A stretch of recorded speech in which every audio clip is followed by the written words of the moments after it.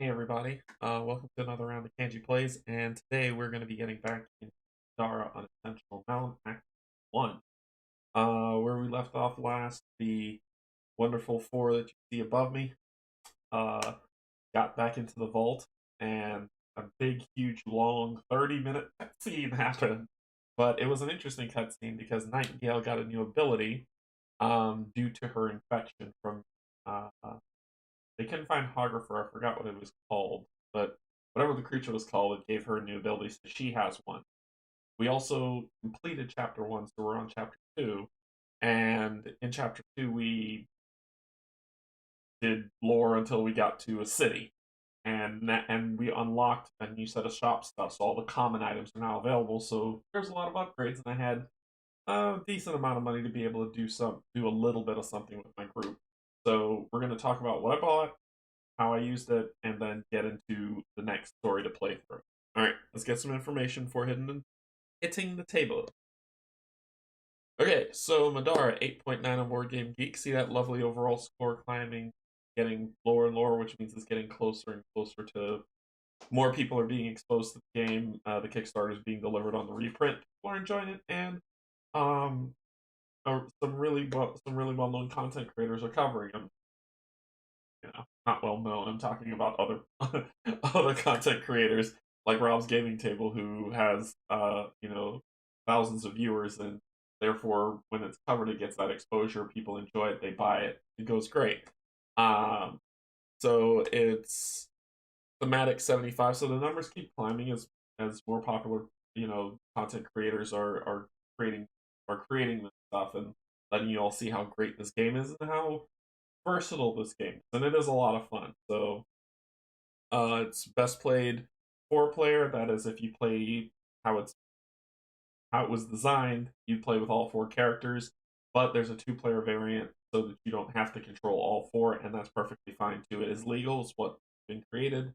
It's just great. Designed by Clayton, Brooklyn, Brenna, and Ian. They've done some really great work. I don't want to mess up their last names, that's why I haven't said it. A great group of artists did this JRPG art, and published by Succubus Publishing Games. Game's about a 3.89, getting into the 4 range, honestly, because if you're playing true solo, you have to remember every single thing. And after a while, you get used to it, but you're going to still make the same mistakes, and that's okay. It's going to be fine. I mean, so we'll see how that goes. All right, let's get down to the table, run through a few things, and have some fun. Before I do that, though, I want to say thank you to my YouTube subscribers. I appreciate you a lot. Thank you to my Patreon members as well. I appreciate you. Without you, I wouldn't be able to enjoy these and bring the content that you enjoy and love so much. Um, yeah, I do. The 400 sub stream is coming. I promise. It's just been a crazy hectic week. So I'm hoping that it chills out and I can create that, have some fun with you all, and do whatever it is you would like me to do. But we will work it out. All right, down to it. Okay, so before we get into the setup, I want to talk about what I've been using as my medium to basically go through this campaign, and it has been foretelling. Now, a lot of people will say they don't like the audio narrations. They want to read it themselves. That's okay. I don't mind that at all. I enjoy the audio narrations that Foreteller puts forth. It's really good stuff. However, Middara wasn't made by Foreteller. It was made by Succubus Publishing, so they have their set of recording that they released for free, and they use Foreteller as a medium to shuffle that in. There are not everything else like Jaws of the Lion, Gloomhaven, Above and Below. These things were created by Foreteller, so you will hear a difference in the audio narration. It's just different. It's not bad. It's not good. It's not It's just different. So Middara is available for free on the free Foreteller app, and Foreteller just did an upgrade where they went to um, their next their next iteration of the application, which they call Bahamut, and it is actually pretty darn good. It keeps track of things so you know where you are, and so you see a different look that comes up on it, and this is actually Bahamut running. So you see a different thing come up on it. It tells you the time like you've seen before, but when you click on the act, See, the breakdown's different. It's not just that list of rundown things for you to select from. It's actually broken out into chapters. And if you do things like Gloomhaven, I'll say Gloomhaven to start. It has an interesting feature in it. So these are prologues, Blackbriar, all this other stuff. Actually, let me do it with Jaws of the Lion because you can see it right off the bat. So Jaws of the Lion has the city events in it, which is great, so it's fully covered. But if you go to the city events section, you have this search, right? So you can search for now things without having to keep scrolling forever. And then on top of that, the city events, you have options. So it says that you can choose on this city event, you can listen to what it is, and then when you choose option A, it reads what it is. If you choose option B, so it's giving you branching paths based on what you decide to choose. And I thought that was pretty cool for Foreteller to do. So anyway, I just wanted to give them a little. You know me. I'm for people who've watched me before. I enjoy Foreteller. I think that they're doing a fantastic job, and as you can see, they're tracking the completion of how I do this stuff. So I think this is really good. All right. So we were on chapter 2, and as you can see, it's a breakdown, and it highlights what we've already listened to. Yes, we went through all this, and then we got to the next one, which is what we're going to be playing next. So it lets you kind of keep track of where you're going in the campaign. I think this is a really strong upgrade for them. It's fantastic, and I like it a lot. That looks like Nightingale transport. Holy cow! I hope we never have to fight that. Okay, so down to the table. Okay, so upgrades. Well, we got common items, and I've already bought everything and built everything out. I didn't have a lot of money. I have what I had. I used to the best of my ability to upgrade my characters. So for Nightingale, my archer, I gave her this, the Assassin's Longbow. Her dice now go from white dice to a teal and an orange die. And it's I still gain the +1 to attack rolls, which is great, but I also get that new ability that says when occupying a hindering terrain, I gain +1 to my defense, which is pretty cool. So this is her new thing. Also, what I did, remember I beat that animate and I pulled a monster loot and I got an animate card? Instead of selling it, I used it to unlock my item upgrades, which I have not been doing throughout this entire thing. And the item upgrade I unlocked, if it was this, the Masterwork, where I exhaust this when making an attack roll, I add +1 to the attack roll. And so these cost 30 gold. 30 gold if I'm going to put this on a common item. It's 15 gold if you put it on a mundane item. But my new stuff is mundane. And you can transfer them, but it costs you money. So it didn't matter even if I did. It's just more, this is how much it costs.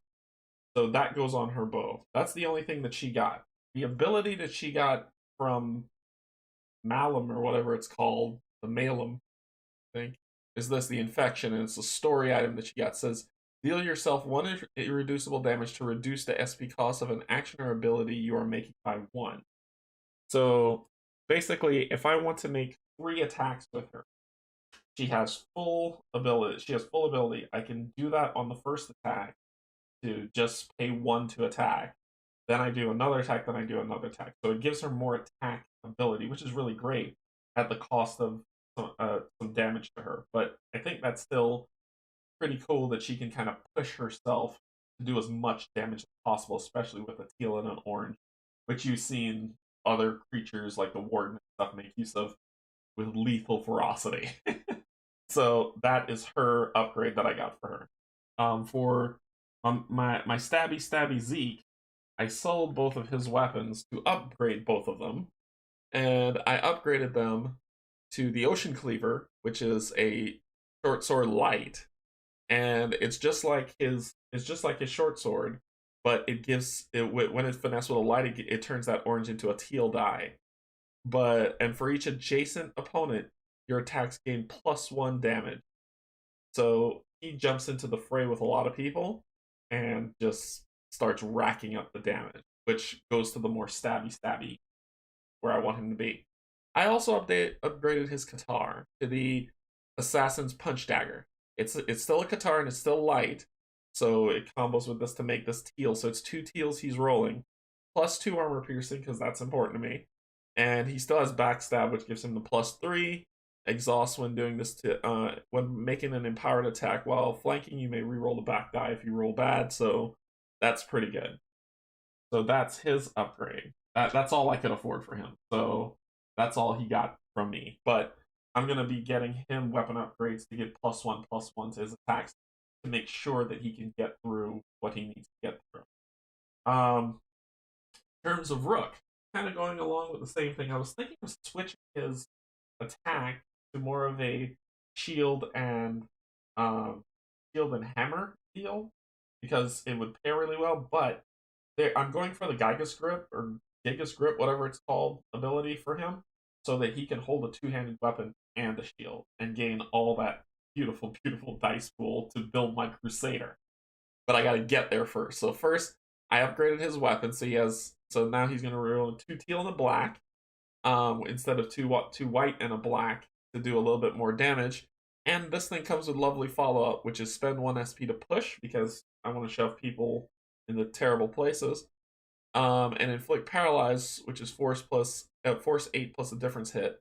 As a passive follow-up, spend 1 SP to roll the black die against each figure adjacent to the target of this attack. For each shield rolled against them, they are dealt 1 physical damage for each figure. And then what's really cool is that if I roll 4 books, I get a gold because this is like a treasure chest on a stick. So that is his deal. For Remy, my Dragoon that I've been struggling with trying to figure out how to use my Dragoon because I need her to be a Dragoon. I decided to continue with the Dragoon path instead of turning her into a caster. And here we go. Ramstein's Guard's Polak. So this is a halberd, just like the last one. It has reach, it has provoke. Its follow-up now is the one that I like, where it's swap places with your target and roll the black die, deal 1 physical damage per force rolled. So this ups a little bit of ability, but that follow-up of swap places with the target that rolls a die, and that's a period, which means it's a follow-up that I can just do with her in terms of hooking them and pulling them. This is good, especially for Waterloa. Can't go on land. So it's really good. So I can probably pull them, swap places with them, pulling them out of the water, and we see what happens with them at that spot. That would be interesting. So, and I say Waterloa because we're back to that nonsense. For people who created casters, I found out that arcane only works against attacks against them, where spells aren't really attack. So if you're a caster, you get through the Waterloa's arcane thing and can actually hurt them. I found that out recently. So, but that's okay. I don't have a caster. That's not what this set of builds are running with. I also got her an upgrade, the same Masterworks upgrade, because I could only unlock 1. That does +1 to the attack roll. So give her a better shot at hitting stuff. Cool?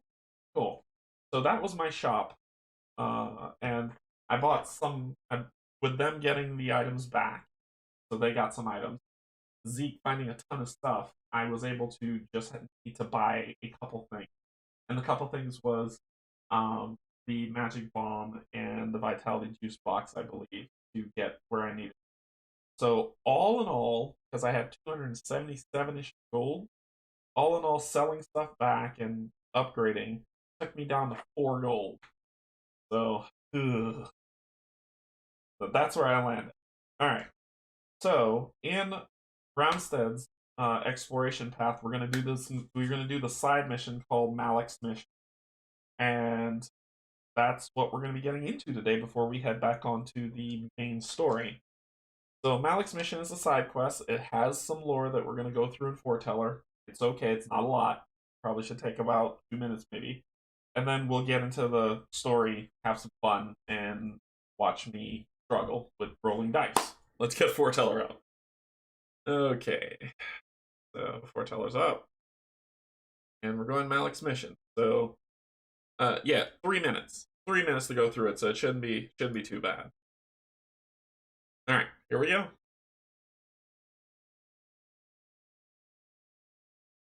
Oops, got to set this. 1 sec. Got to unset this from Okay.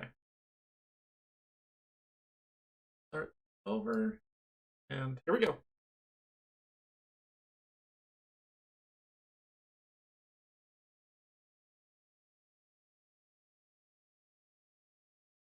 Mia? Remy hurried across the street, heedless of the traffic. It wasn't like there were any cars to worry about. She found her father's steward waving frantically to her from a shaded pavilion. She didn't look any different than Remy remembered, though the house color she wore today had a slightly different cut. But Remy couldn't help but notice how right Zeke was about her outfits. Has my father found anything about Theodosian yet? Remy asked, running her eyes up and down the ensemble. The woman beckoned with one hand, retreating back a few steps into a nearby alley. Remy followed. Unfortunately not, young mistress, Mia muttered, thrusting a thick letter towards her. Master Malek told me to give this to you. He said that while he's diverted resources towards finding out more about Theodosian, he will require your help with a few minor responsibilities. Sure. Remy took the letter, turning it over once in her hand. Her father's seal was set into the black wax there, still warm. Tell him I'll do anything he needs if it means he'll help Nightingale. The steward bowed and retreated without a word, just as her friends made it into the alley.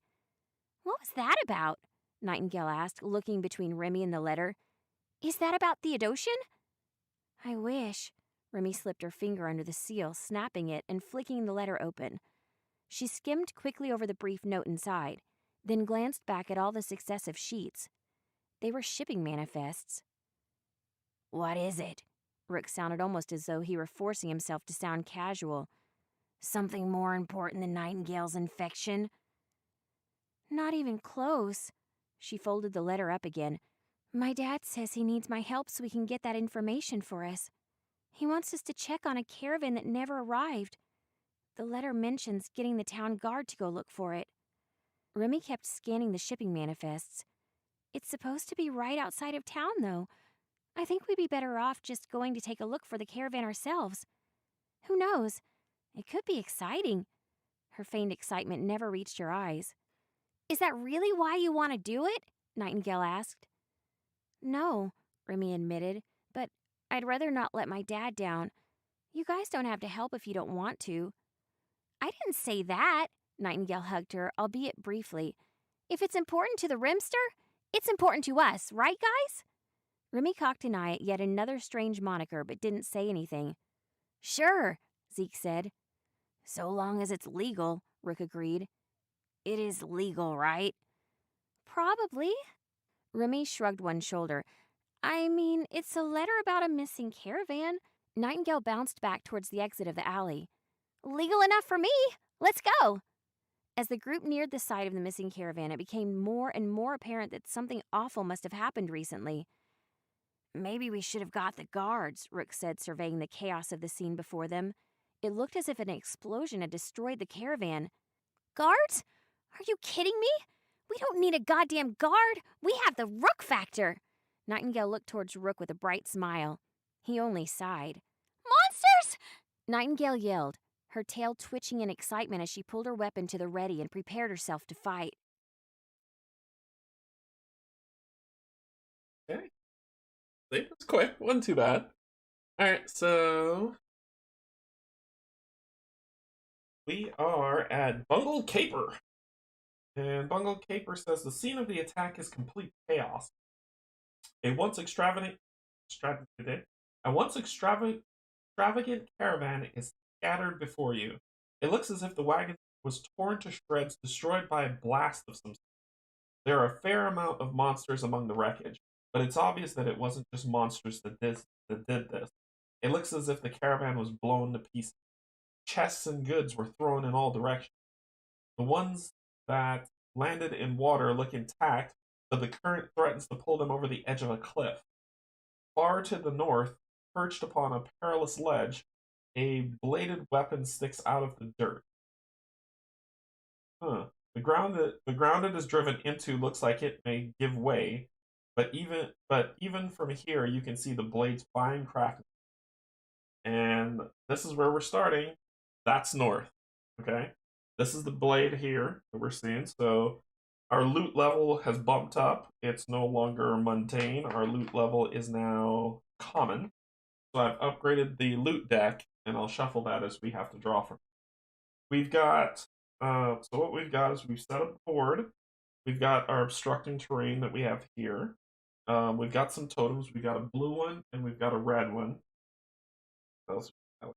We got objectives. We got a blue objective. We got a yellow objective there. And then we've got 4 random loot. So I grab these ones, give them a shuffle. We're going to place them where they go. So 4 random loot. If I get an exploding chest, I'm going to lose it. So the ones here. We probably need to triage the ones that are going over the cliffside quickly as we can.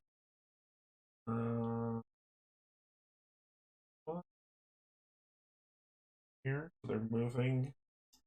And the current is pushing this way on both of these sides.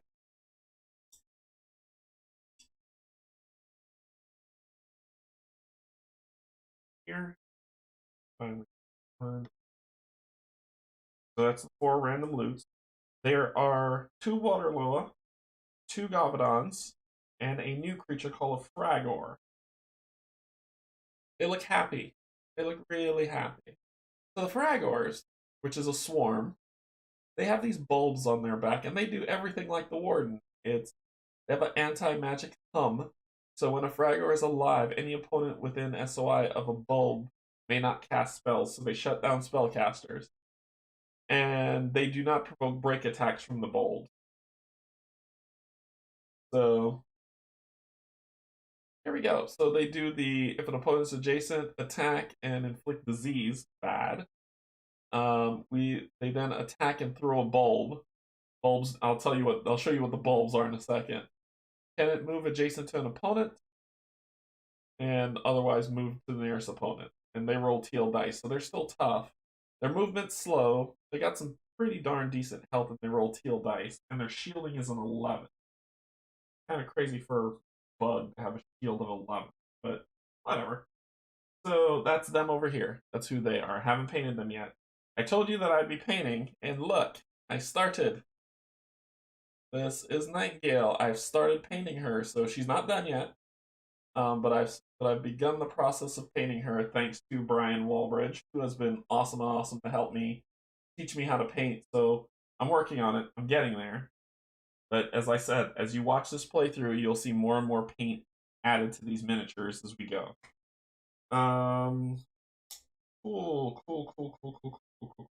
Cool. And is there anything else? Our win condition. Our win condition is all loot tokens are retrieved or destroyed, which means we pick them up or they fall over the cliffside. And all combatants have been defeated. So this is a board clear operation. Gotcha.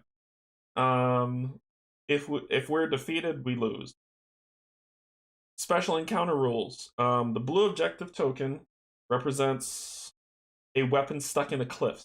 An adventurer in this space may make an encounter action to make a strength check 10. Check to pull it from the rocks. If they do, read the hidden text behind the blue objective token. I want that sword. I'm not gonna lie to you. There are slippery rocks, which is here. When a figure ends their turn, ends their movement on or leaves the special terrain space printed. So when they end their movement on it or leave it, they need to make an agility 10 check. If they fail, they must immediately move 1 space towards the current's edge. It ends their turn. So basically, it's like this. If I go here and I fail, I go here. If I try to go back up and I fail, I go over here, and I'm defeated. So it's slippery rocks that you're gonna fall off and die. Ugh. Oh, sorry, it's this one. This one. This is slippery rocks. My bad. That's here. So if I end my turn here, I could fall into the water. Where am I? Dangerous edge. That's what these are. When a figure ends their movement on or leaves a special terrain, the space becomes dangerous terrain. Then they must make a perception check 10. If they pass, they immediately move their figure to any adjacent space and continue. If not, they are defeated. So if I land on here and I fail, I die. That's what that's saying. That's exactly what that's saying. Oh god. Okay. Slow current, so the current's moving one space. And insignificant cave sickles. Adventurers are not required to kill the cave sickles when determining the win condition. I don't see cave sickles, which means there's more to this board. That's kind of why I pushed it up here instead of bringing it closer, because I'm starting to believe that every single game we play now is going to have hidden stuff that reveals itself somehow. So that's what we're going to do. Okay, that is a lot to do. There's a lot to do here. All right, well, let's get started. These things aren't going to kill me themselves. I gotta help them do it. All right.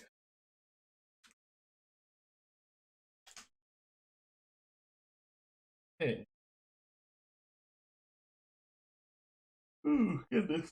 I hope everybody. Sorry, excuse me. I hope everybody had a good. Has been having a good weekend. No matter the time of day it is for you, afternoon. All right.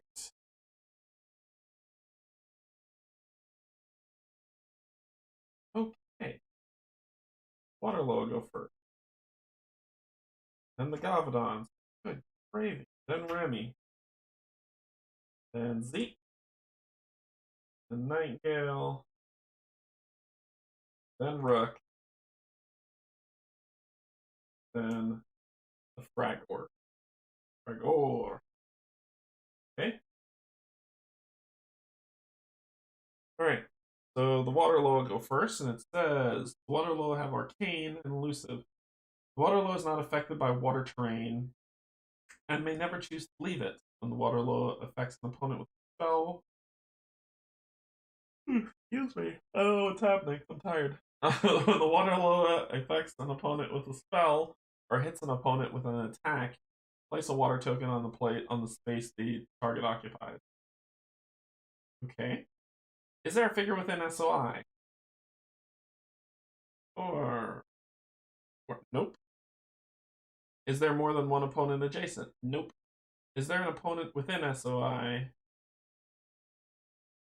No. Can it move and attack an opponent within range 6? Remy. 1, 6. It'd have to move here. Yes, it can. Move here because it's 1, 2, 3, 4, and its movement 6. And it's gonna attack, then make a range 6 attack against the opponent with the lowest total armor value. Lowest total armor value. That would be Nightingale, actually. So 1, 2, 3, 4, 5, 6. As far as you get, who can you hit? 1, 2, 3, 4, 5, 6. Yep, you can hit her. So you're gonna try to hit Night. Nightgill's going to dodge using her occult shirt. And you're gonna roll 2 purples against her. She's gonna try to dodge. Ooh, nice roll. Okay. You roll a 6 and a 3, which is a 9. Nightingale's is 9, 10, 11, 12, 13, 14. She dodges, and her occult shirt says, if you successfully dodge the attack, which she did, counter.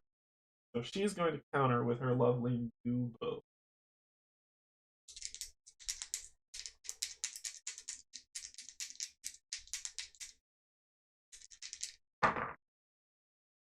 Eight, 9, 10. She's going to use 2 is the lowest number, right? Yes, it is. She's going to use Kill the Messenger to flip that 2 to an 8. Play around with her. All right. So she gets a +1 to her attack roll, and her range is stupid. She can hit that. 1, 2, 3, 4, 5. Oh, yeah. So that is 16, so that's a 17. 17. Ooh, and if I could use symbols, I would make it so much more beautiful. But that's a 17. So, actually, before it finished moving, I would have done an area of an Overwatch attack, but I'll wait for the other one. So, 17 minus 9. Yeah. So 18 minus, it's an 8. That's 8 overage on you. He hit you for 8. I hit for 2. I just hit 8 damage. Okay, that ends that lowest turn. This one. Is there a figure with an effect? No. Is there more than one adjacent? No. Is there a figure in your SOI? No. Can you move and hit the person with the lowest armor value? So 1, 2, 3, 4, 5, 6. 4. There. And she is going to dodge that one as well. Actually, no, she's going to overwatch that first. She's going to overwatch you first. So overwatch, which you moved into her field of view, so she's going to attack. That is 6, which is a 12. You are 9, so that 3 damage coming to you. And then she's going to dodge it. Pretty decent. Roll these. 6 and 3. Those 9, 10, 11, 12, right? So it's 9. Well, it's 9, which is a miss. My thing would be 9, 10, 11, 12, 13. So it's a complete miss anyway. So you missed. Missed opportunities. Anyway. Okay. That ends your turn. Lola? Gavadon. Okay. The first time each turn, the Gavadon is attack dodge. Okay. When the Gavadon successfully dodges an attack, it gains courage. The first time each turn the Gavadon can, it will counter with a melee attack at reach up to 2. Cool. Is there an opponent adjacent? Nope. Is there an opponent within reach 2? Nope. Can it move and attack an opponent within reach 2? Can't. It's me?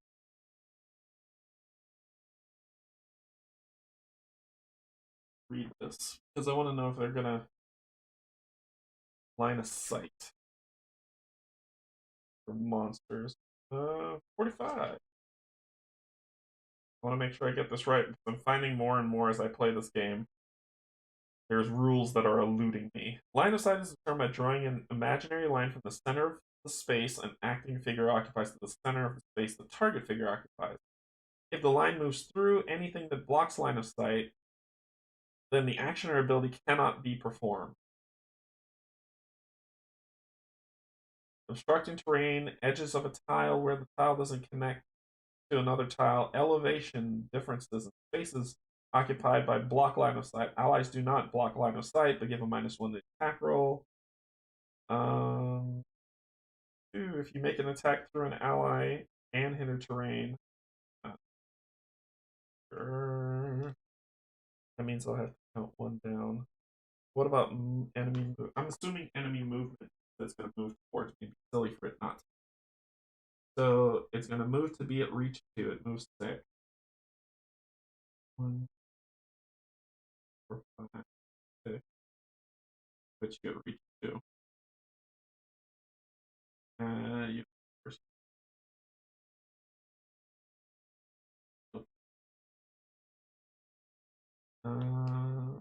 Six. 3. Okay. Then attack within reach 2.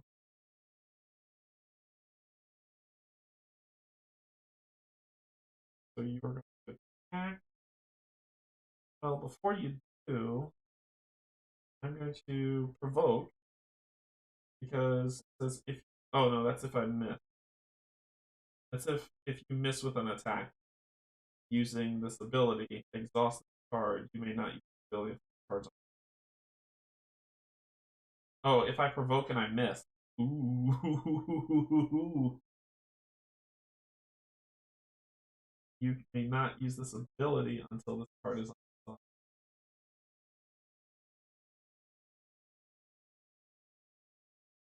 No, no.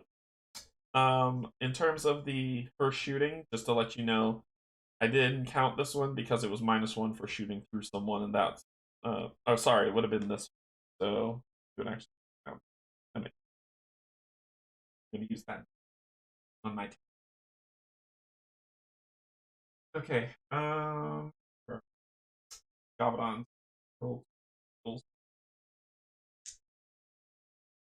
Going to attack. I'm going to gain till the end of the Gabadon turn. Take a little bit less damage. So I'm going to go immune to physical. 6, 9.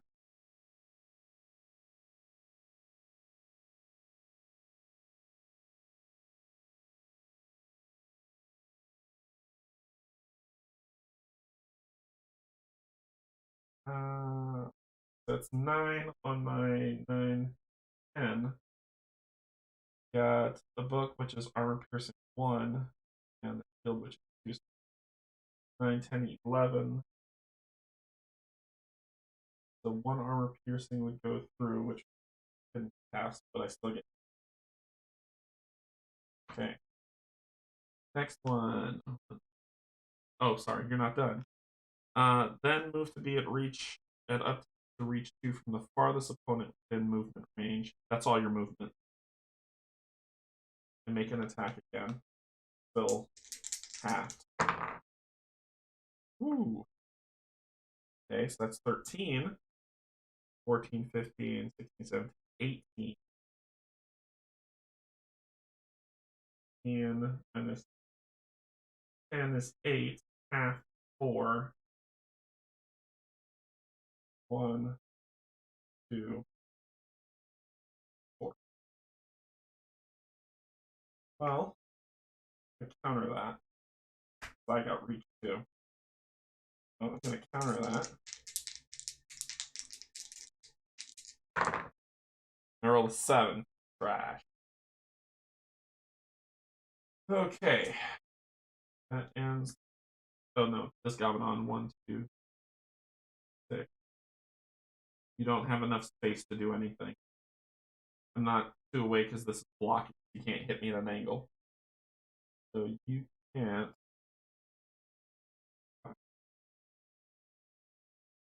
5.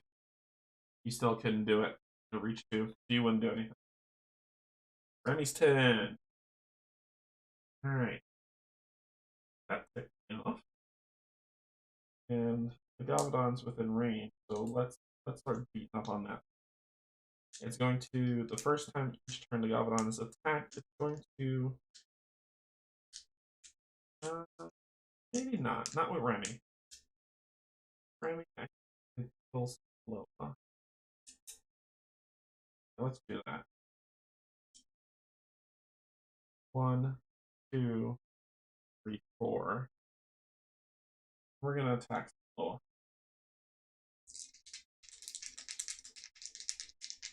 And when making an attack roll, +1 to the attack roll. There we go. That's a 16 because +1 to the attack roll is 16. 16 on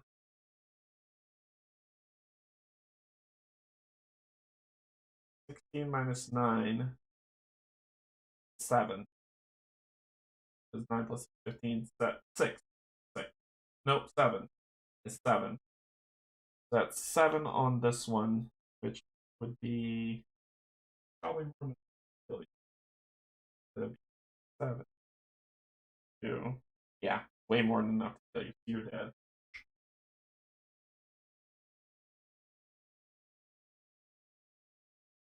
Let me leave 10 more water low, probably spring up. Okay, so you're dead. That would take those 2. Stuff. Alright, good stuff. Stuff.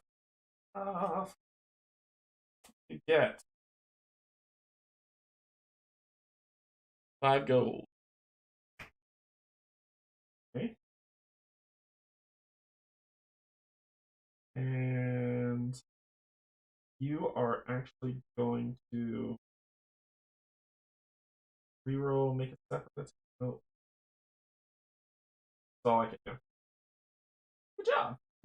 Good job.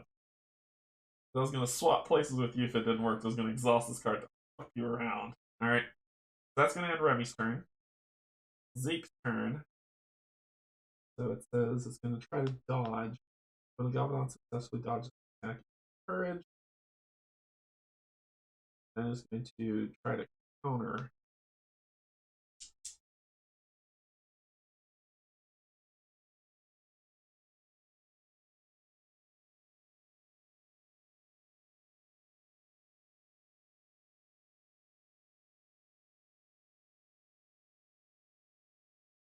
Oh, fun with you.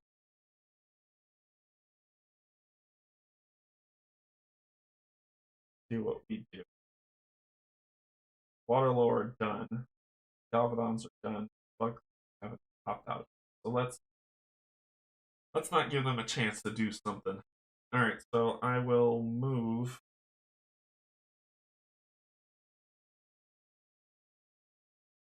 Ooh, that will perform a break attack on him. Okay, Nightgill has to kill. Shoot, shoot. Darn it.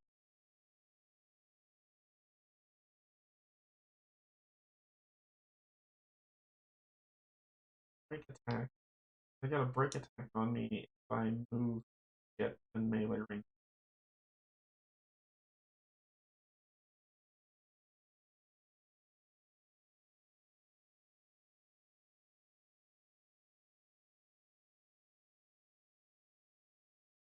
Leave any next.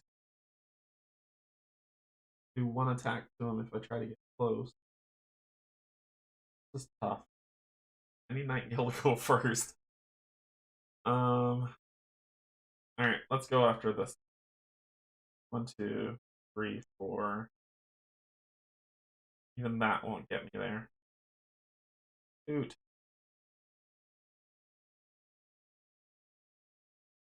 Five, 6. Waste.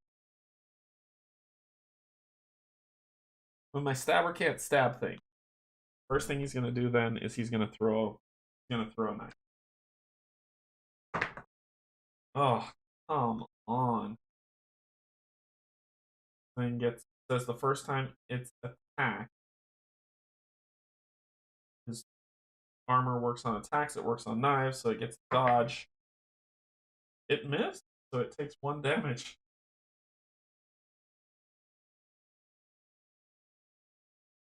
Nope.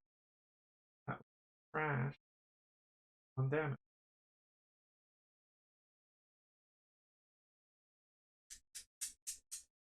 So it uses dodge. Break attack as soon as I try to get it.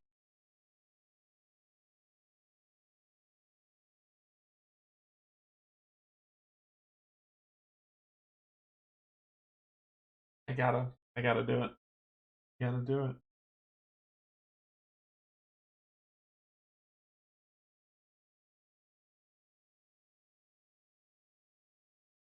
One, two, and then the break attack would happen. 3 and a 4 is a miss. Make it. Alright. Then we'll move right there. Continue on attacking. Okay. Gosh. So we get to roll 2 teal because this is light, so that upgraded that dice to this. Finesse. I get for Jason opponent, your attacks gain +1 physical damage. So it's gonna be +1 damage. Do it. So 8, 5. You didn't successfully dodge, so you don't gain courage. Gonna try to counter me, but let's deal with this first.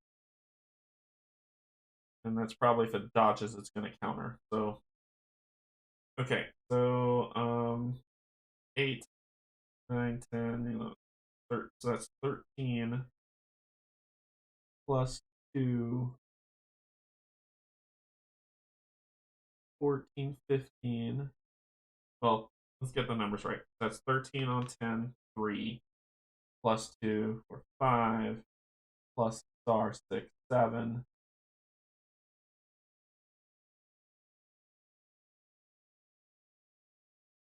Yep, so 7 damage coming back. It has 12 health. Well, I'm not quite done yet, jerk face. I'm gonna punch you again.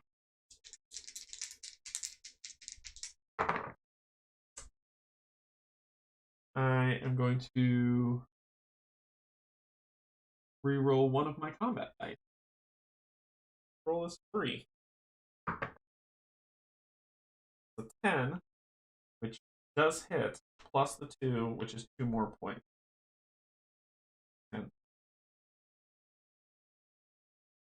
that ends Zeke's turn. Nightingale's turn.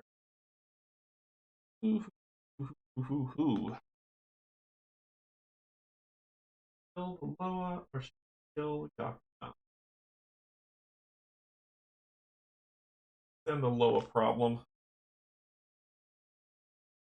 12 would really have to be really great. Gabadon's almost dead. Let's hit the Gabadon. Yeah.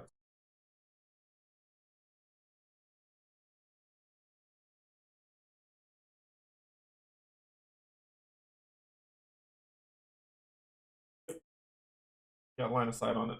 She's gonna shoot the Gabadon.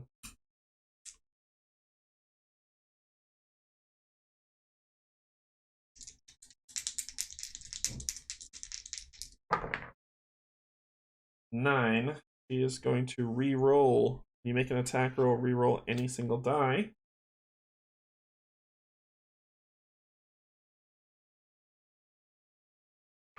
Roll this. Ah.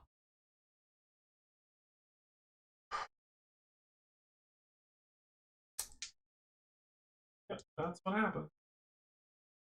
Is what happened. Rook's turn. Not gonna try to dodge anymore. I'm beat it to a pulp, or you one. Not enough to get there. So the first thing you're gonna do is an ally is gonna gain some courage.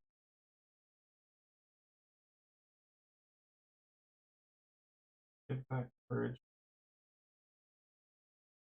Nightingale. Second thing you're gonna do is an ally is gonna gain barrier for free. Give that to Nightingale. Then you are going to go to this Galvadon and beat it to death.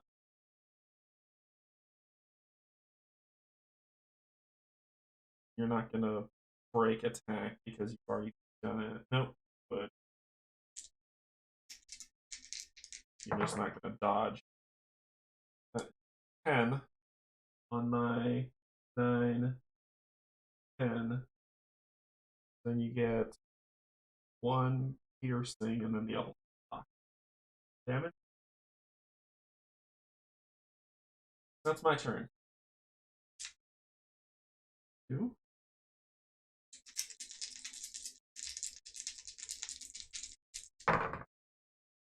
Oh, max damage. Oh, no. Alright, so that is 16. And ooh. And I got 4. I got $4. I got a gold. Hey, I got 1 gold. Hey. Let's see if they have 1 gold cards. They do, I'm using. No, they don't. So I have to pull out my Gloomhaven money.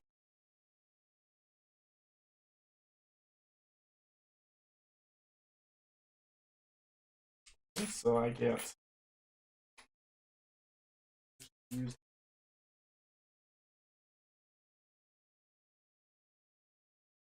Now I'm psyched. You get 1 gold because you got four books. 1, 2, 3, 4. And then you've done 16. 16 minus 10 is 6. So we're at 6. 6. Each shield is +1. 7, 8, 9, 10, 11, 12. Stars are 2, 13, 14, 15, 16. Eradicated. Or it did serious damage. Good roll. It's loot. That was a really good roll. Oh my god.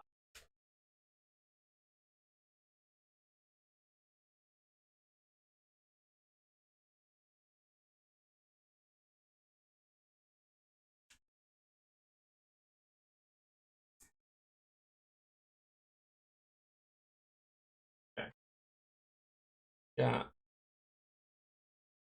6 gold.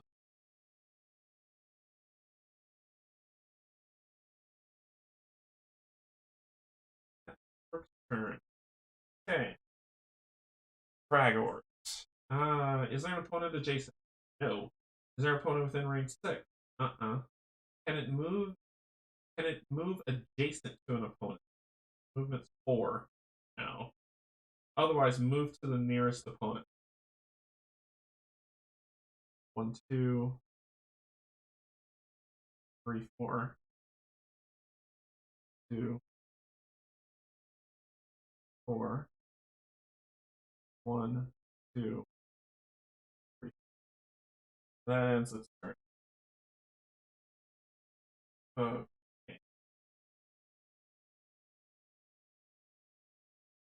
Back. It needs to be like a double Overwatch for Nightingale.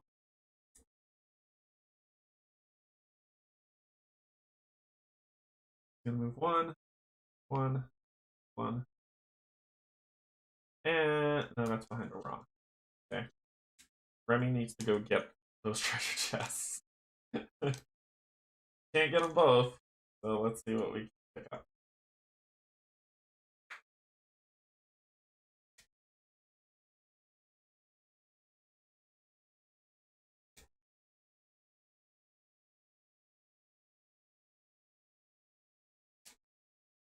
Rook hits. He hits well. Problem is when he hits. Okay. Remy. Nice. Rook. Okay. Waterlaw. Zeke. Gavadon. Fragors go last. Okay. I'm mad with that. So Remy goes first. Great.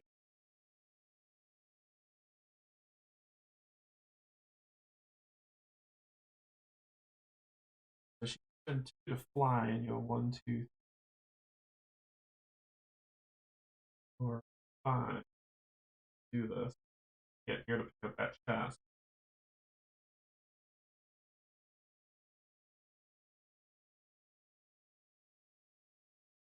One, 2, 3, 4, 5, 6.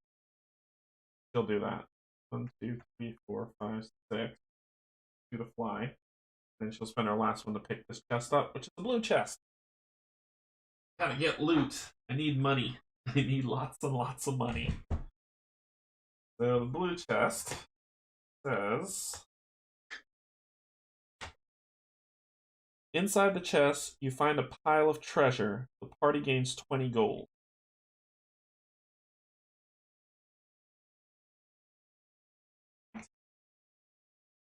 Gold.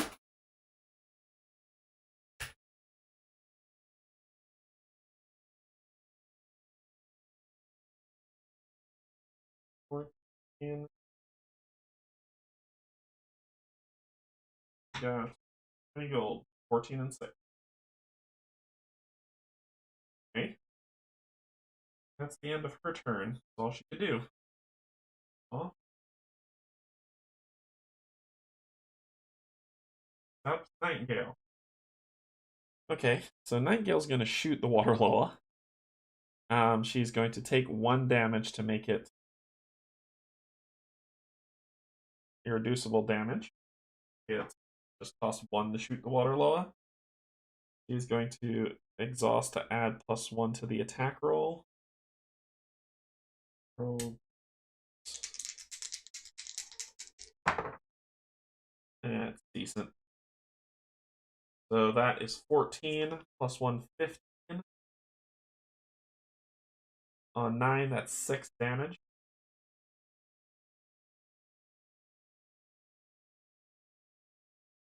Oh, wait. Yeah, that's 6 damage. Sorry, didn't use those.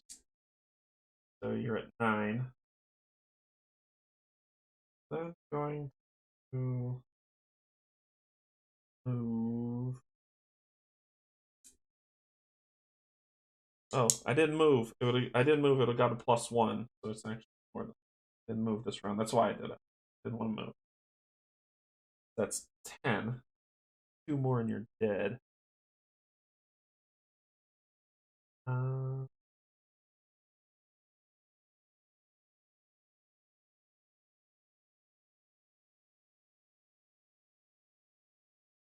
I'll make it move towards me and trigger my Overwatch. So then I'm gonna move 1, 2, 3, 4. Flash down. That'll end her turn. Rook's turn. Rook is going to give courage.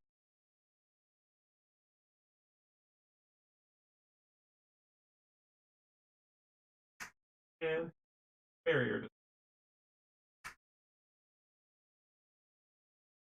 And he's gonna move 1, 2, 3 out of attack. Oof.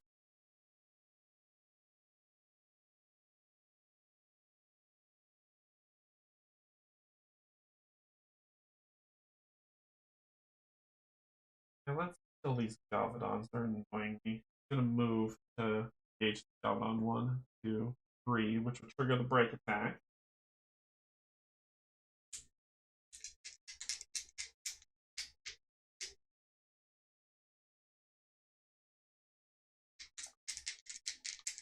Hey Jamie, how's it going? Welcome aboard. Is that is actually gonna do his per encounter ability. Pull up a chair, join us, join us, join us. To basically say when you are dealt damage from an attack, ignore all physical damage dealt. All of it. Gone. And did your break attack. He'll move there. And he is going to attack you. You're going to dodge, because that's what you do. Skull. You don't dodge anything. Alrighty. That's what I'm looking for. So, that's 14 on 10, 4, +1 for each shield. 5, 6, 7, 8, 9, 10, 11. That's 11. Plus a star, which is 2, 12, 13. So he slaughtered this guy. He's dead. Complete ruinage. That's what I wanted. Teach you, but I've only gotten 2 books on that one, so I don't get a gold. Keep the brakes off that guy. When he hits hard. The problem is I need to mitigate his hitting. I need to be able to re-roll dice when I miss. Okay, what do you get? You pick up 10 gold. Yee. That's a long way to buying our armor. That was good, so that'll end your turn. Can't counter because it's dead. That was the last Gavadon, so they are out of the show.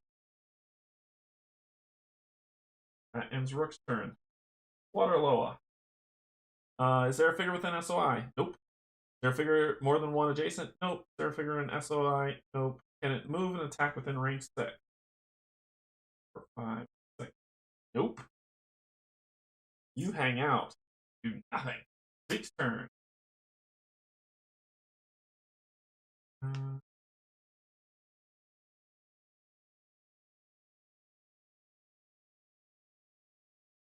They'll just move this round. They're not gonna. They're just going to move closer to set up for the next. They might be able to take him.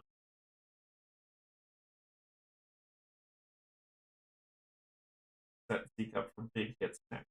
Big hit. So I can spend one, move here. They're going to move greens. Not there.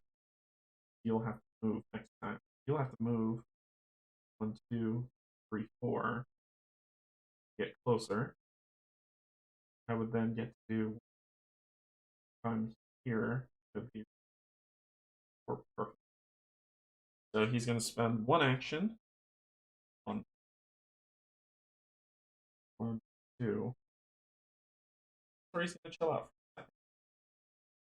Stop right there behind that tree. Fragorst.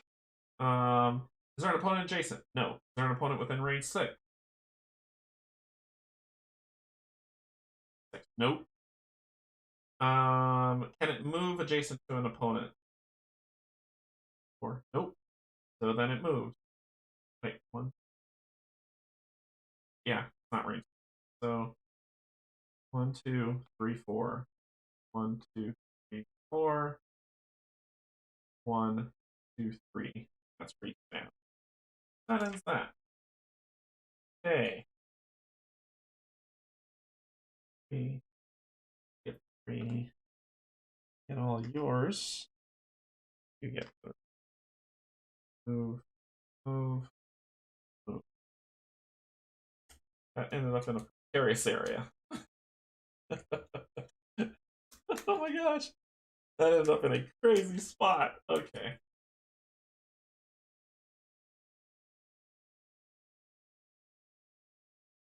Rook goes first. Nightingale. Fragors. Rennie. And the Waterloa last. Really wish the Fragors were last. Rook goes first. Okay. Well, let's not party waiting. Do this. No one's in SOI, are they? Or actually, Remy is. So he's going to drop a courage on Remy. And an ally within SOI. Or, yep, Remy is. So he's going to drop a barrier on Remy. And he's going to move. 1, 2, 3, right here. And he's going to. Oh, wait. 8. Shoot. The blue would have triggered. Blue would have triggered when he got here. So before he plays, I forgot the blue token. Blue token triggers. What happens? Only read this following hidden text if instructed. It says the blue token. Oh, that's a blue objective. Blue token. Hidden behind a rock. Hidden behind a rock, an Earth Loa turns to look in your direction. Spawn an Earth Loa on the space this totem occupies. Game isn't hard at all. It's impossible.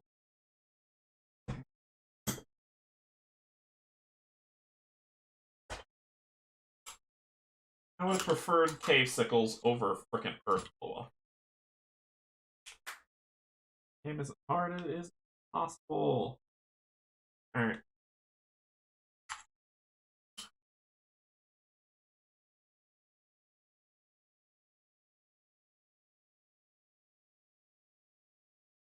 Let me find the Earth Loa token. Stuff.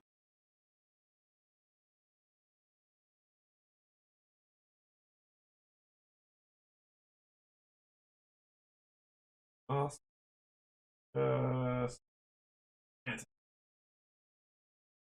Well.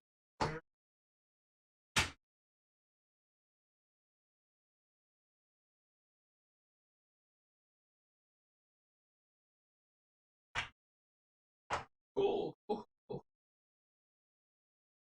have enough problems. Okay. As I said, I'm going to move here. And then I'm going to attack.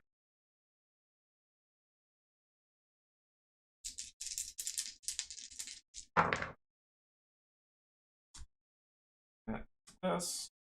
You have 11. I rolled an 11. So, what am I hitting you with?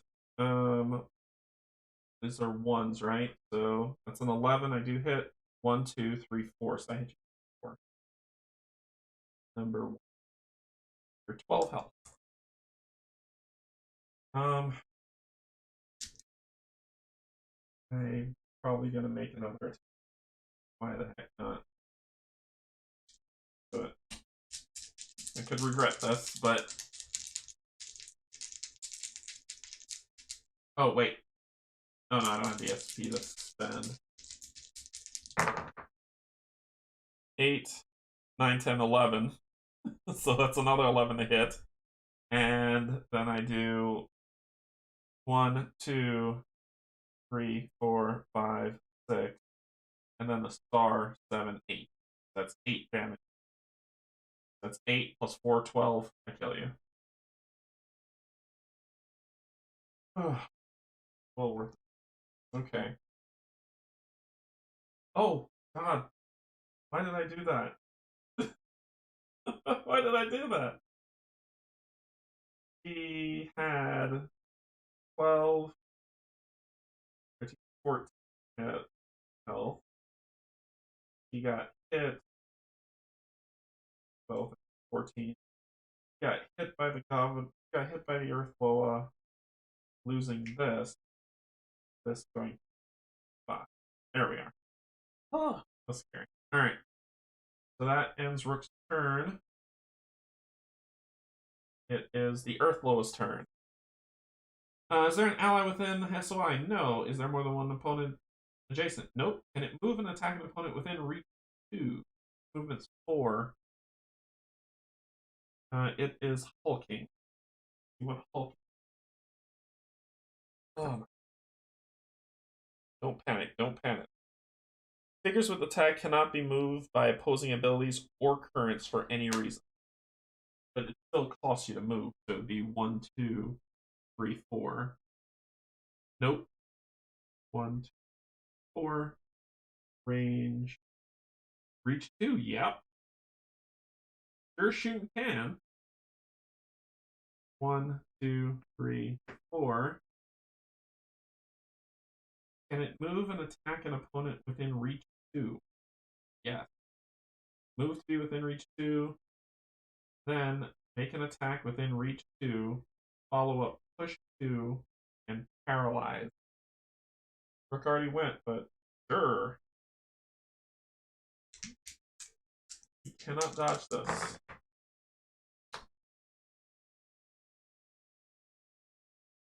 Miss. No damage because it's 10 and he has 10 shielding. So, nope. Nope, nope, nope. But it did meet. So it says a follow-up. Push 2 and inflict paralyzed force 11. When making a conviction check, pass conviction. I'm gonna do that. I don't feel like going anywhere. When making a check. I have to make a conviction check. I'm gonna choose to flip that and pass. Passed. Should have done a strength roll though. Force. He's a 6. I don't want to risk it. I don't want to risk him being paralyzed. So I'll end that thing's turn. Nightgill's turn. Actually, when you moved there, Overwatch, sorry, behind. No, she's not going to do that. Not going to Overwatch, sorry, behind. And hit this.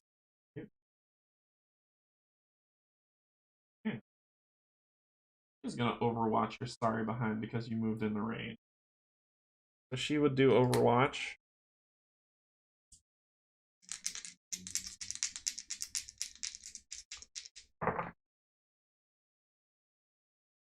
That would hit. Is this the lowest number on this die?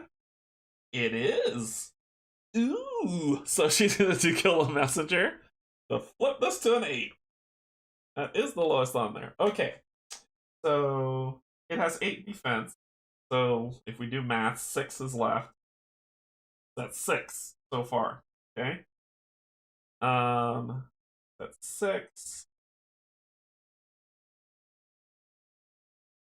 7, 8. 9, 10. 11, 12. 13, 14. 14. Can I make it 15? Can I make it 15? 6, 7, 8, 9, 10, 11, 12, 13, 14, 15. That's 15. Minus 5 for a shield. He takes 10 damage.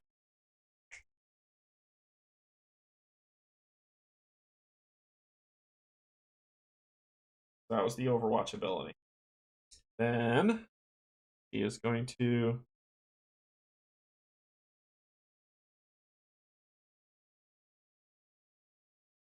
is it within? Oh shoot. That was a good hit, but I can't do it. I can't do it. Shoot. I couldn't overwatch him. He's not in range. 1, 2, 3, 4, 5, 6, 7, 8. He's shy 1. Alright. So what is she gonna do? Flip back. So she couldn't overwatch. Man, that'd have been nice. But Earth Loa hasn't gone. I mean, but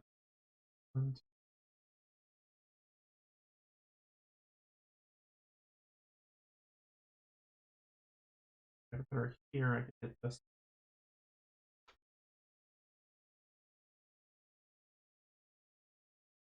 1, 2.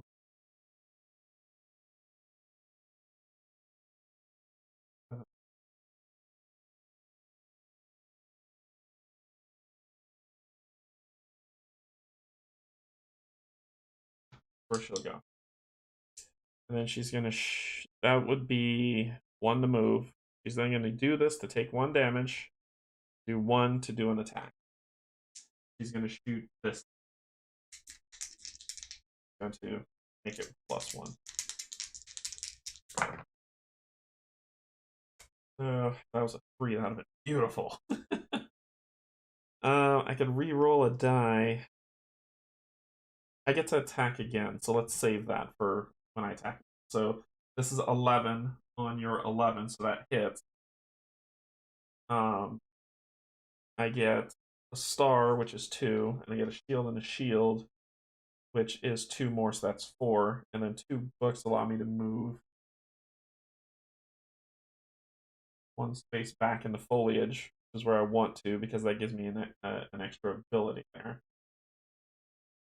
That's 4 damage coming to you. Have any shielding? Number purple. That's 4 damage on that attack. Gonna do it again. Oh, +1. Sorry, 5 damage coming on that. And she's going to attack again. Yeah, I'm not going to deal with that. I'm going to kill the messenger. Turn that 2 to an 8. That's 12. Okay, that's 12 plus, that's 12 minus 11, 1. Plus a star, 1, 2. Plus a star, 1, 2. Plus 2 shields, 1, 2. 7. Which is enough. 7. 7 plus 5 is 12. Which is enough. Okay. Good work. Good work. Should have done this to do a reroll to increase it, but I killed him, which is okay. Okay, good work. Fragor's turn. Okay. Is there an opponent adjacent? No. Is there an opponent within range 6? Yes.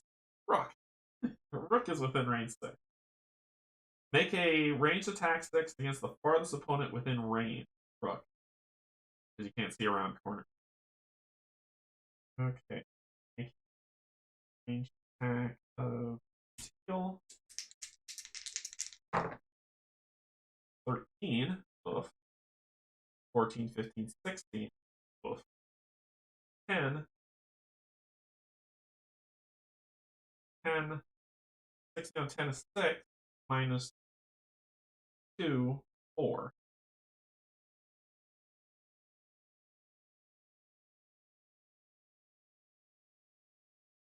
And it says, then place a random bulb token on or adjacent to the target so that it is adjacent to as many opponents as possible, but not another bulb token. So bulbs. These lovely, lovely creatures have these things called bulbs that they spit out and hurt people with. Well, bulbs do things like inflict disease, inflict poison. Bulbs do awesome things like place muck terrains or end the current turn and inflict paralyze on somebody. Oh yes, bulbs do great things like deal physical damage. That's what bulbs do. That's what these lovely, lovely things do. So you get to shake these bulbs up, because this place a random one, on or adjacent, so that it is adjacent to as many opponents as possible, but not on.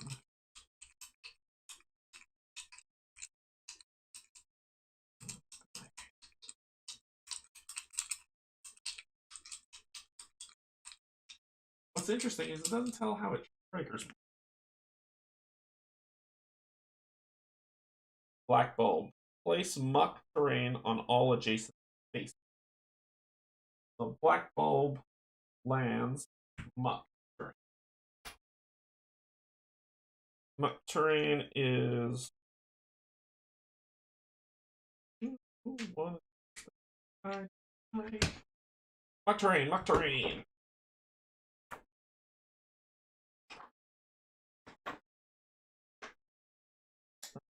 Terrain token. Page 21. Muck terrain. Muck is brown. The brown one. Sorry. Muck is brown. Yes, yes, Canje. Yes, muck is brown. No, it is a brown terrain. It's the.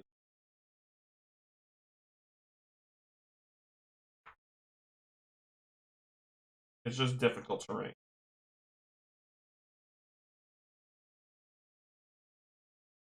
Just becomes difficult terrain. So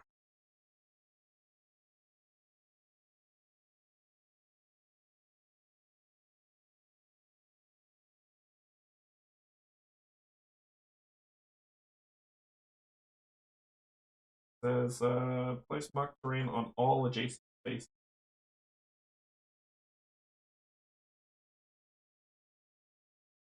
I just got to do that. I don't think I have enough muck terrain. Yeah, I don't think I have enough, so it'll have to be that. Okay. Well, that's the worst of the others, so I'm actually not mad at that. Can it move adjacent to an opponent? Move to be adjacent to an opponent. As many opponents as possible, then deal a purple of physical to the Fragor and all adjacent opponents. To as many adjacent opponents as possible. Move to be adjacent to as many opponents. Well, okay. I'm gonna start moving. You're gonna trigger my Overwatch. See if we can kill you before you can do that. That is a 6 and a 7. That's 13. On your 11, 2, plus a star, 1, 2, plus 2 shields, 1, 2. So that's 6. Yeah. Not orange. Didn't hit you for enough.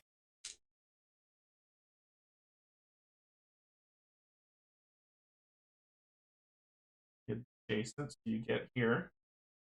And then roll a purple die. 6. So it says, deal purple die of physical damage to the Fragor and all adjacent figures. So it kills him, like he pops. That's 12. And we take 6. So you're going to take 6 minus 2, 4. You're going to take 6. Okay, and the Fragors are dead. It did something nasty and then just died. Okay. The Fragors died. Get loot for it pop for the last one popping. It was horrible.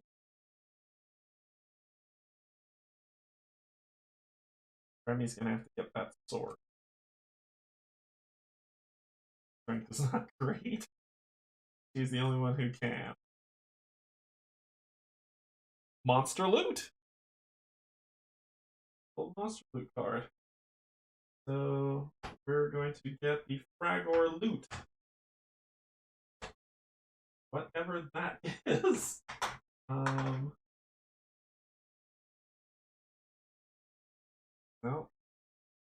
Fragor loot.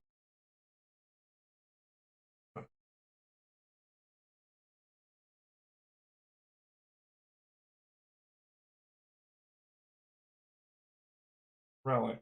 Grotesque. Animate, Earthlore, Galvadon, Gatekeeper, Waterlord, Gate, Lichworm, Cave Sickle, Fragor. Fragor Relic. There it is. Per encounter, place a random bulb token adjacent to a figure. Oh. Okay. Let me make sure I did that right, so let me look up monster loot.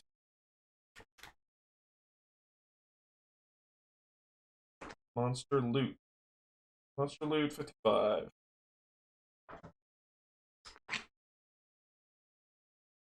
Monster loot is a special type of combatant loot. If an adventurer ever draws the monster loot card, they draw a monster loot item card with the same name as the opponent they defeated. Some combatants have multiple monster loot rewards. For example, the Cave Sickle has a Sickle Shell Charm, a Sickle Venom, and Chip Chitin. In these cases, shuffle them and pull one.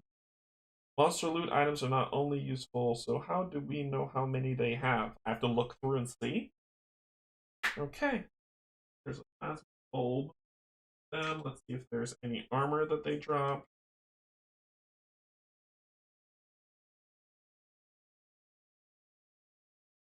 Nope. Someone needs to comprise the list of this so I don't have to do this every single time.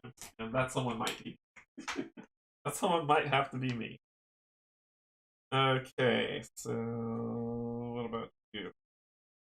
Common, uncommon, unique.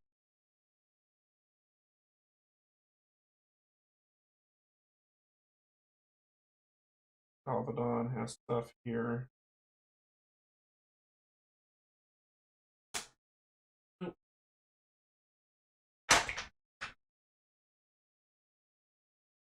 Cores. Cores. Nope. And consumables. Nope.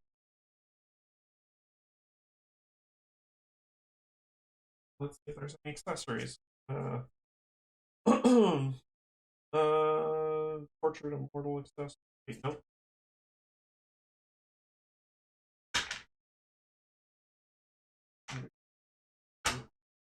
Pulls, cores, heals, consumable. Corpse collector. Nope. Yep. So that's it. So I got the bulb for it popping. Because we killed the last person to kill one was Nightgill, so she will pick that up. Okay, monster loot. Cool. Alright. That ends their reign of terror. Remy's turn. Remy's gonna go get that other treasure chest. She's gonna spend 2. And 1, 2, 3, 1, 2, 3, 4, 5. Then 1.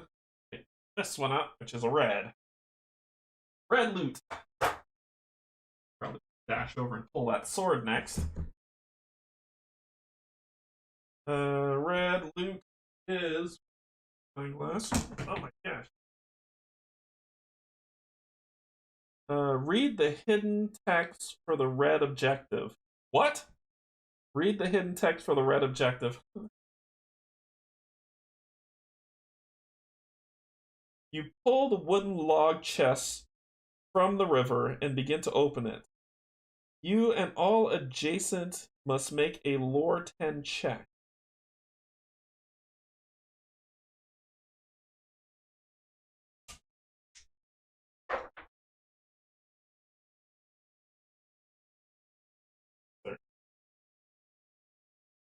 I rolled it and then I didn't put it, and then I picked it up. It was a 7 and a 3.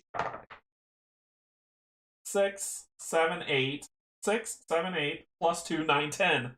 I barely made it, so I re-rolled it just because you didn't see it. If an adventurer passes, they remember learning about this type of trap back in school. Realizing that it's about to happen, they dive away as the chest explodes. All figures on or adjacent to this token who failed the lore check are dealt 2 purple of magic damage. I passed it. The explosion causes the ground to erupt, sending dirt and debris all around. This explosion must have been similar to the one that destroyed the caravan. Okay. The force of the the force of the rocks the force of it rocks the foundation of the riverbed, opening up a cavern below and destroying the chest. Place a dangerous terrain token on the space this loot token occupied.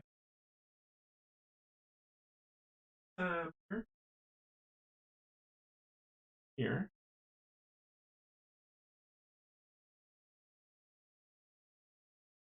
Place a dangerous terrain token on the space this loot token occupied. Any figure that was standing on the space the loot token occupied is not defeated. Place tiles, tokens, and figures according to diagram 11. These tiles do not connect to the board and are set up independently of the rest of the tiles on the table. You and all adventurers who made a lore check must make an agility check. If they pass, okay, so let's diagram 11. There's a lot of stuff happening here. Okay, diagram. Here's the diagram book.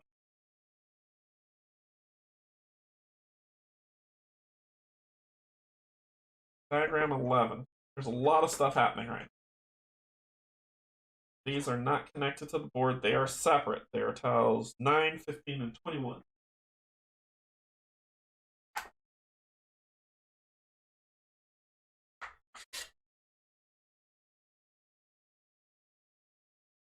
Nine,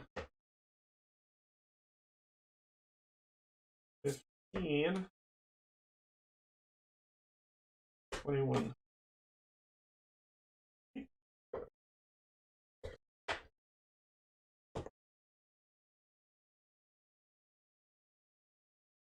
Okay, so I knew there would be more to this board. Okay, so move this down. Waterlow with damage on it. Go over here. Earthflow is feeling pretty good about himself. And we are doing. They're not connected. That.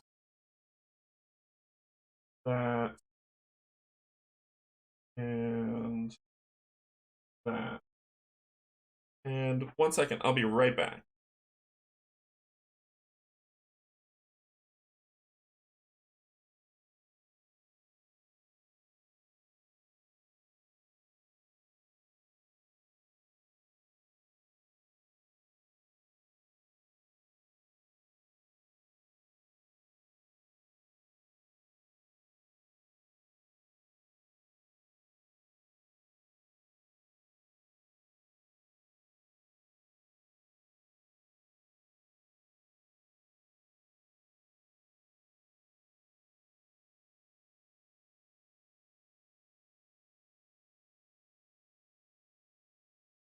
Okay, I'm back.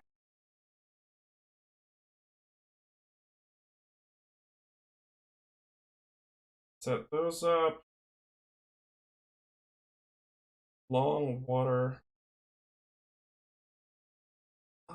Okay, so this one just became interesting. Water here.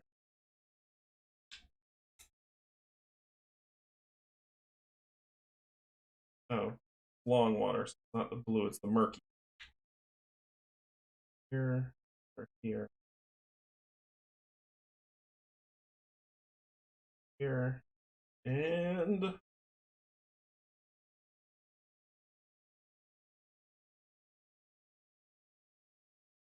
okay. So that's we got dangerous terrain too. Good gravy. Okay.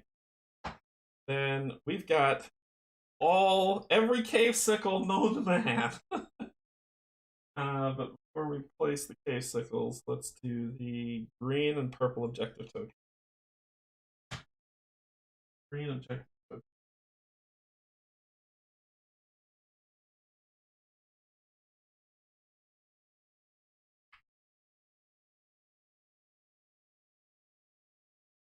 Purple one. Oh, objective.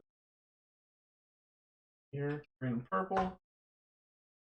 Green goes here. Purple goes here. And cave sickles are, like I said, coming out like crazy big. So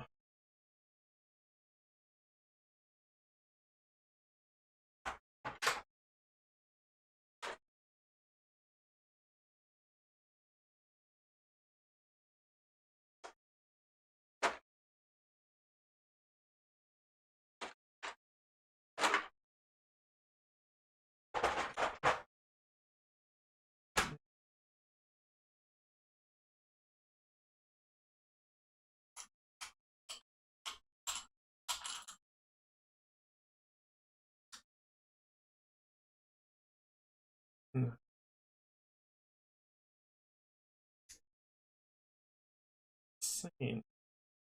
2,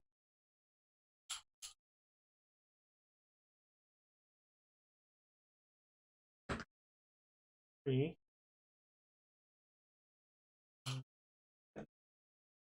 Rest.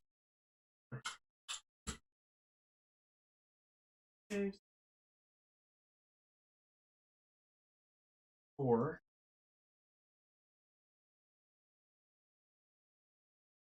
5.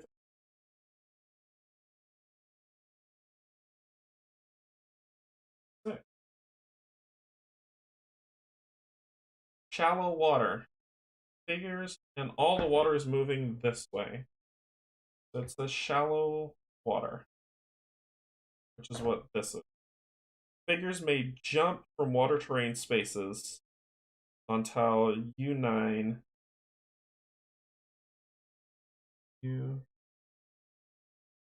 Read this one. And tile 21 here. They may jump from water terrain space. Okay. Sure, I'll look up what that means in a little bit. Okay, back to reading. These tiles do not connect to the board and are set up independent of the rest of the tiles on the table. You and all adventurers who made a lore check must make an agility 10 check. That's 8. Your agility is 6. Yeah, more than enough. If they fail, place them on any water terrain space on UM21. They didn't fail. Figures that were standing on the space the chest occupied fail this check automatically. I wasn't. Dangerous terrain tokens placed by this event represents an entrance to the cave below. Any figure who moves onto this token is not defeated. Instead, place their figure on any unoccupied water terrain space in UM21 before continuing their turn as normal. The tiles placed from diagram 11 are not considered adjacent to the rest of the board. The green objective token on the east side of the cave is a tunnel that slopes towards the surface. So this must be the way down here.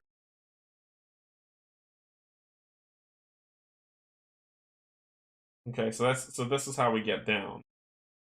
Is it said read the hidden text for the red objective token. Okay, so that's how we get down. Okay. Okay. At least have a chance to think.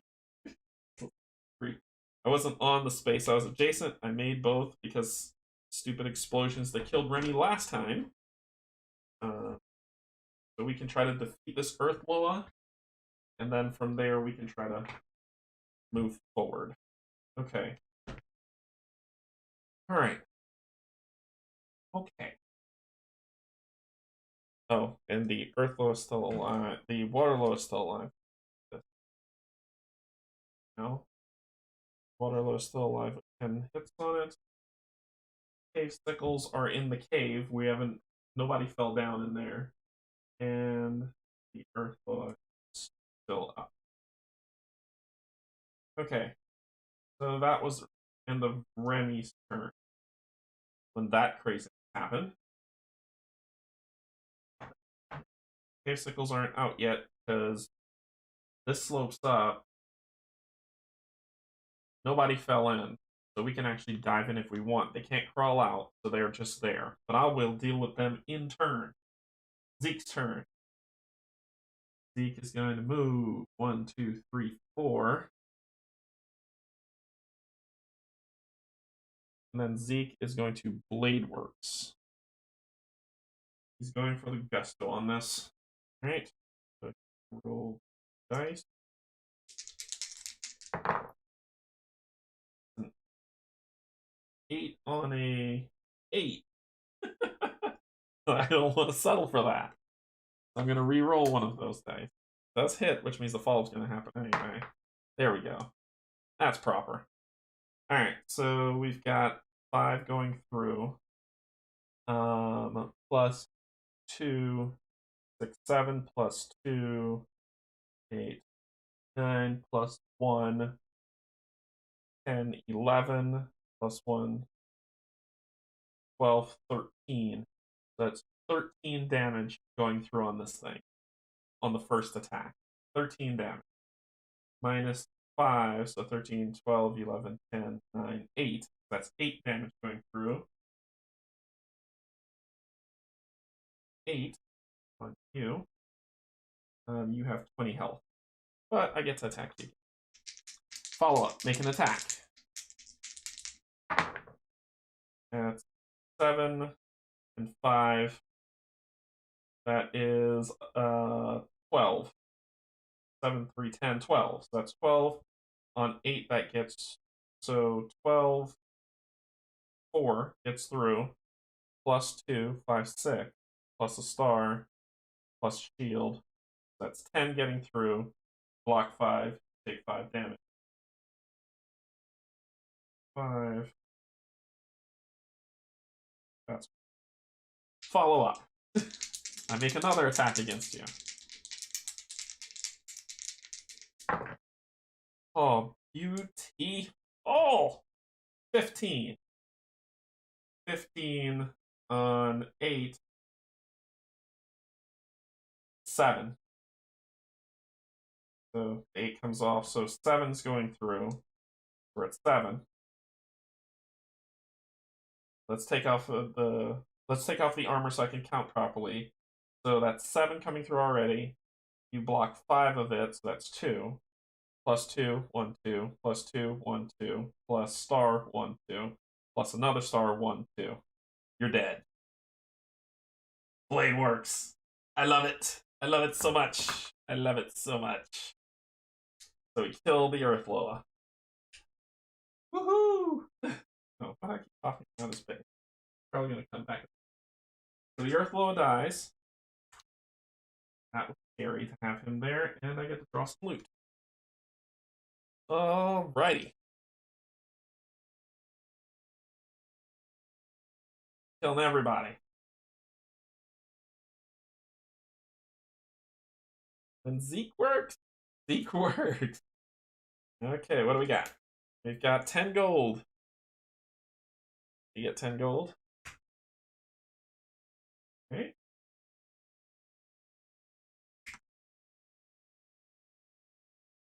Righty. That ends his turn. So what a load.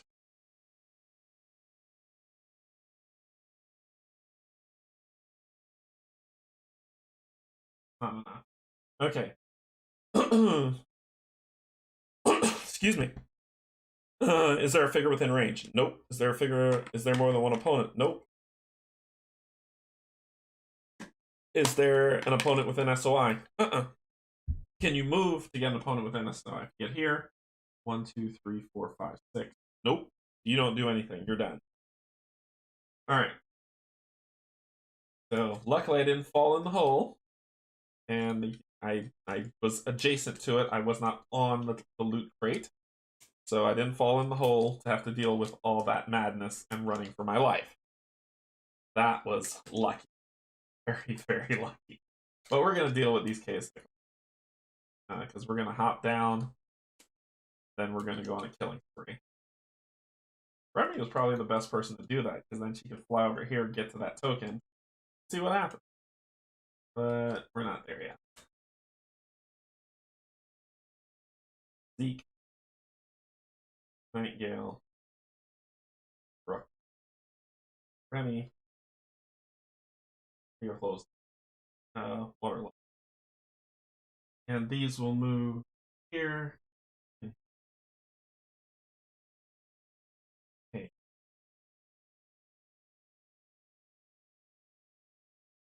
Zeke's gonna go first.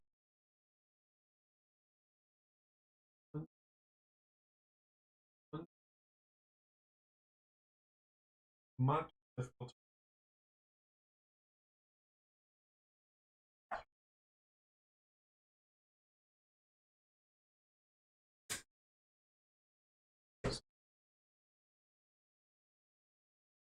One.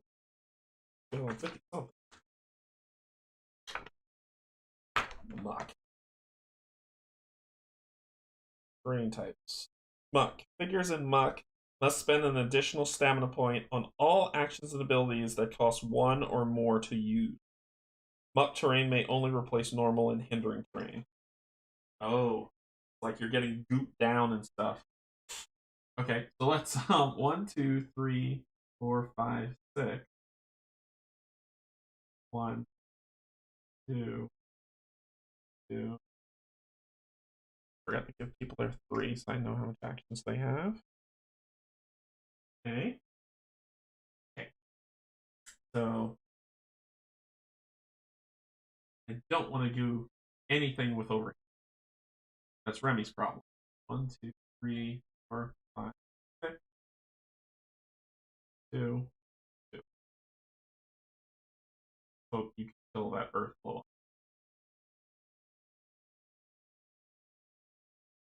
So that's I'll go 1, 2 for the final one to come.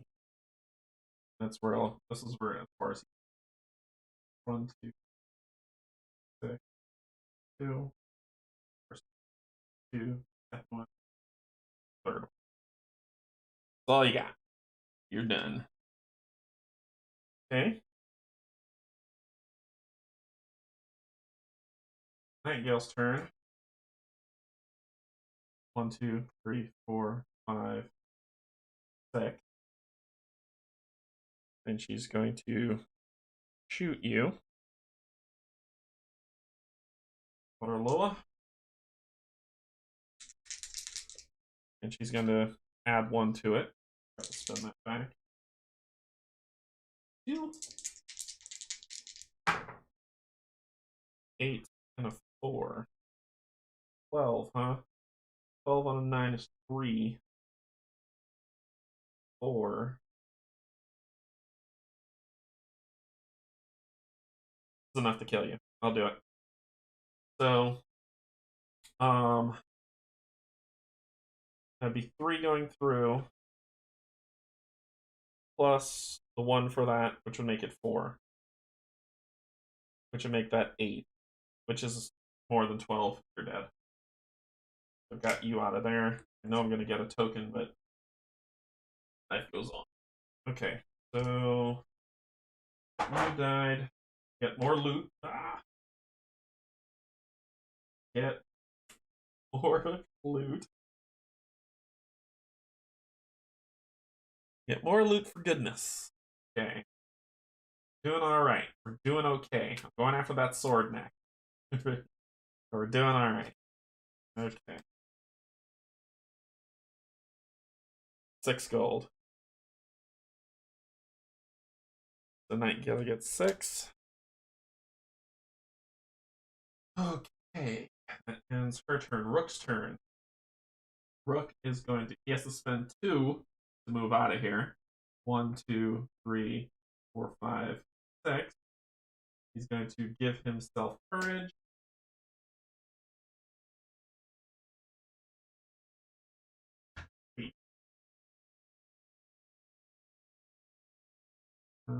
He'll spend the other 2 to move. I'll end the turn. Remy. 1, 2, 3. You can land right next to it, but you can't do anything around. That's what she's. And right next to that sword, I deal with it next. Because nobody went, that's the end of the round. I do get a hurry the heck up token. I got my first one.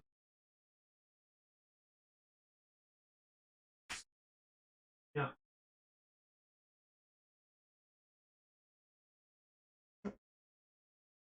Yeah.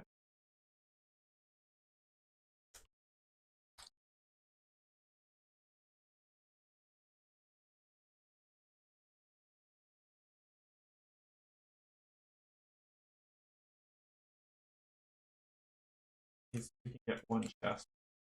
We'll be able to get the other one. Okay. Oh. It says the cave sickles don't have to be for it to be defeated, for us to win, but I'm going after the cave. Okay, Zeke's going first, then Remy, good, then Nightingale, then Ruff. So Zeke going first, spend 1, 1, 2, 3, 4, then spend another one to get this chest, which is a green chest.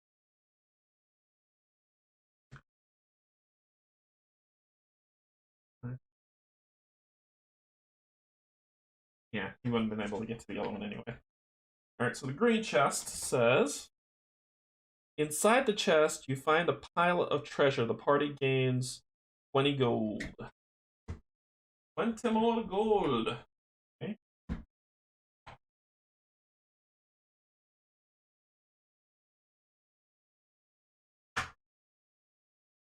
Go. 14, do I have another 6? 12.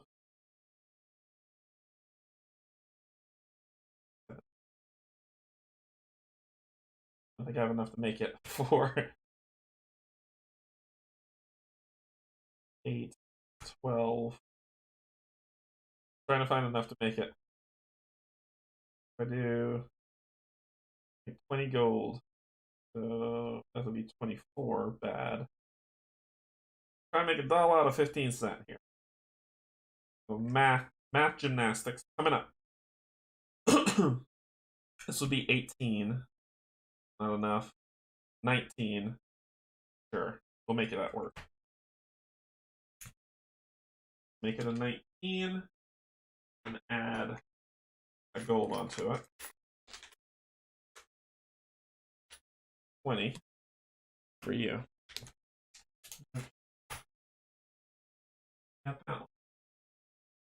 That is going to end his turn. Remy's turn. He's going to spend 1. See about pulling this sword from this stone. Woo! Okay, so this is the blue objective token. So it says blue objective. An adventurer in this space may make an encounter action to make a strength 10 check. Oh yeah, 14. What? Plus more. Okay. Check to pull it from the rocks. If they do, read the hidden text from the blue objective. You pull at the blade with all your might. It slowly slides out of the dirt, and you hold it up triumphantly. Suddenly, no! Suddenly, the ground gives way beneath your feet. Place dangerous terrain token on the space your figure occupies, and place your figure on an adjacent space. Then make a lore check.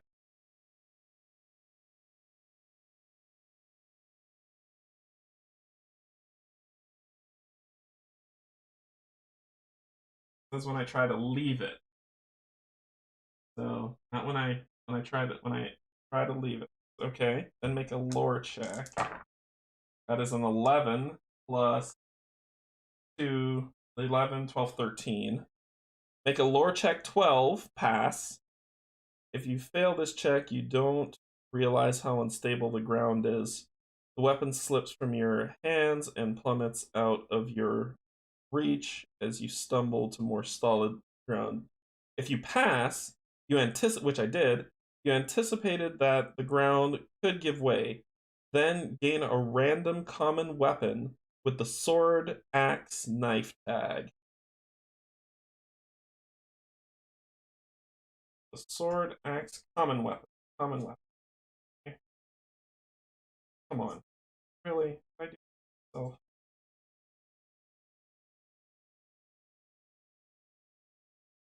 Random common weapon. A random common weapon with the sword, axe, or knife tag.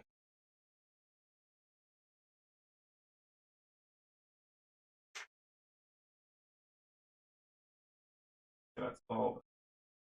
So, sword, axe, or knife tag. Sword, sword,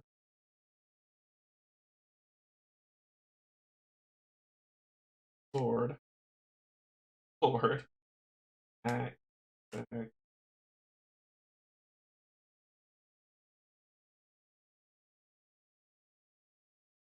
knife.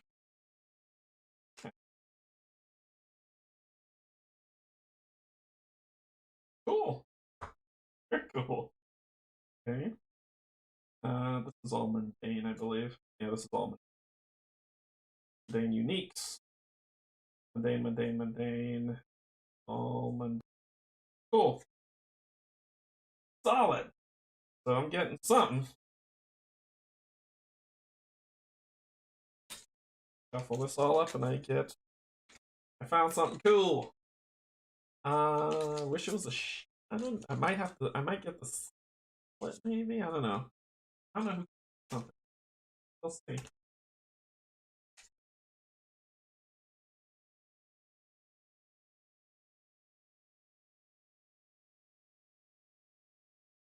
Knife. I'm collecting it up because I know I'm gonna add it all up. It doesn't matter, Edgar, to be honest, because I'm adding those up from the loot that I can't take to make it 20 so that it's easier for me to count. So yes, you're right. I can write 20 on the sheet. I don't want to right now. That's all. And it doesn't matter anyway. It comes out in the wash. It's not 20 that I can get. I'm not pulling 20 from the loot amount from the common. This is from the stuff that I can't take. So that's why I'm doing this stuff. It's easier for me to. My brain works differently, so it's easier for me to rationalize the cost of things by putting those things down. I got a straight shiv. That is what I picked up. So, yes, you can write 20 on the sheet. You can put those down there. I don't want to. And this may seem convoluted and complex to many who look at this and say, why are you just doing that? It's so much easier to just write 20 on the sheet. My brain doesn't work that way. I think differently and I'm able to visualize stuff and keep track of things differently. So me doing that it makes sense to me and it doesn't affect the game flow. So I'm good. All right. What was I doing? I got the sword. So I got this. Good. Let's see. That was it. That was it, right? Yep, that was it.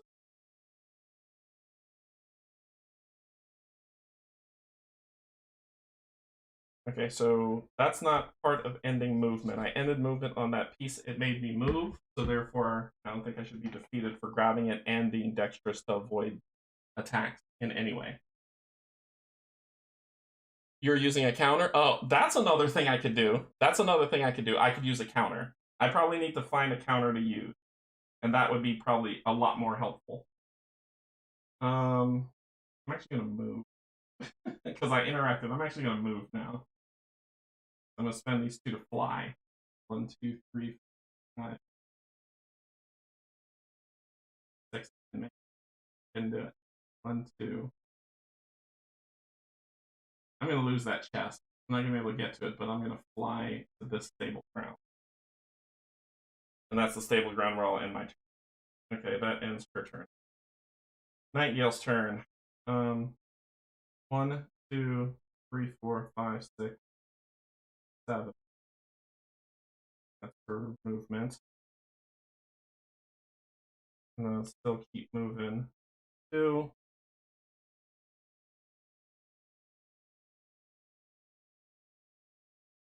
And I probably might go for splashdown to get to that objective easier, so I'll do that. And I go. That ends her turn. Rook's turn. Gonna move 1, 2, 3, 4, 5, 6, 7. Sorry, 5, 6. Then he'll go.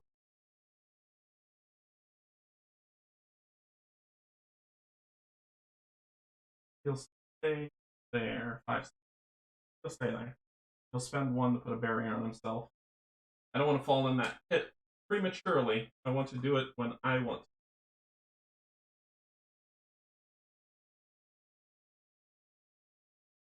I want to do it when I want to do it. Yeah, a counter is a good idea. I think that's probably what I'm going to do. I'm going to get a counter, probably like a Gloomhaven counter, so I can take it. That worked, right? But like I don't know, writing something like shifting to write down something on the sheet would just break my brain. That happens. So the same thing would happen with the red loot token because it says read that, which this would already be here. Well, I don't think there's anything you can do because you could have done 1, 2. It's not enough. We're not getting that. So I'll get my next case, my next hurry the heck up token. The loot falls off. Gone. And I want these cave sickles. I'm not done. I'm going to go to that objective. If it leads me down, cool. We're going to fight some cave sickles. I want it all. I want it all. I met the objective for this stuff, but I want it all. Okay. Rook first. See, he's probably going to be left. The person who could do it is last.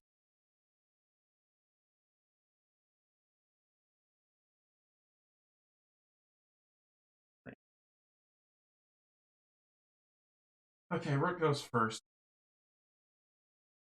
Flash down. Oh, and she would have moved 1, 2, 3, 4. So it's 1, 2, 3, 4, 5, 6. And 1, 2. Hit that objective. Okay.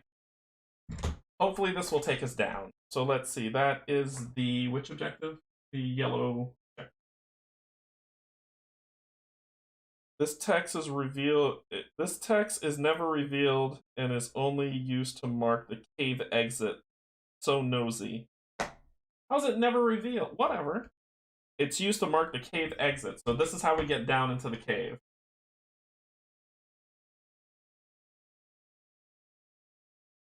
Okay. Because it says a slope down. Why can't we go up? So he landed on that. And we're going to back read. I'm going through this back. Hey, Canje. Hi, I'll stop by to say hello and hope you. Yeah. Hey, Brian. What's going on? So the way that I look at this is I don't want to jump in the hole, but I think I probably have to.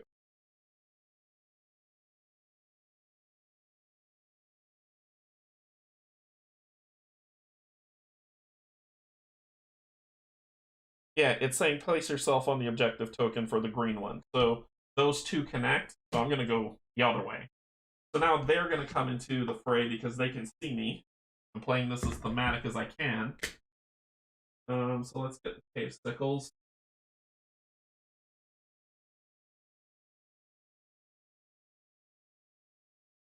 I fought a lot of creatures today. Where?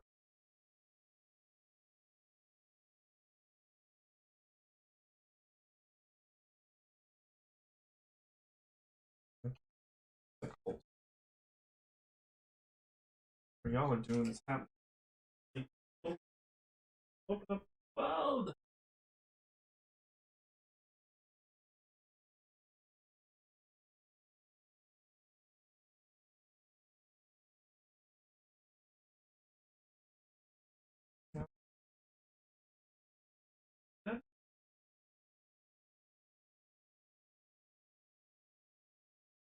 There. Okay. Now they fall into the initial track.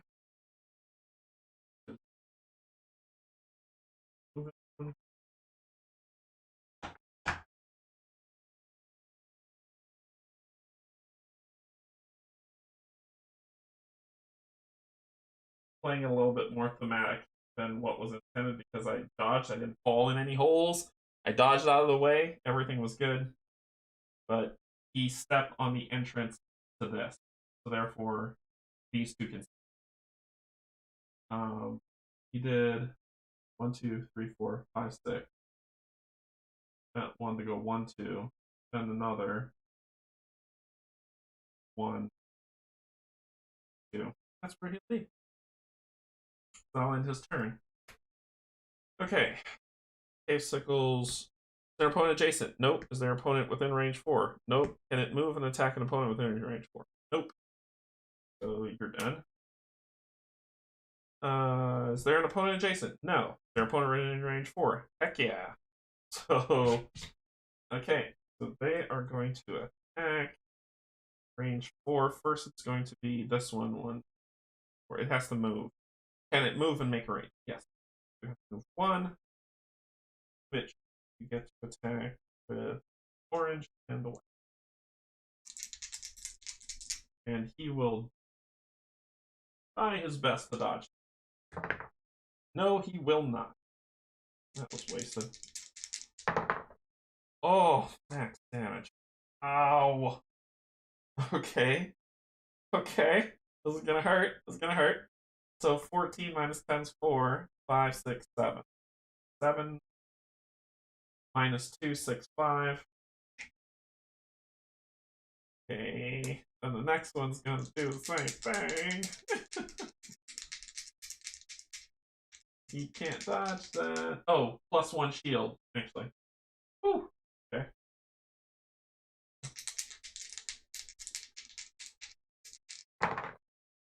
Six and 3 is 9. 10, 11. On 10, one's coming through, but he blocks it, so no damage. But this one is going to do the. Oh, it missed. It missed, so it doesn't inflict. This one had to move to attack, so it didn't get to do that. But this one tried to inflict, and it didn't work. Okay, that ends your turn. Zeke, help! Okay, so Zeke's turn. Oh my gosh. Okay, so here he comes. 1, 2, 3, 4. Oh no, he's got the web feet. 1, 2, 3, 4, 5, 6.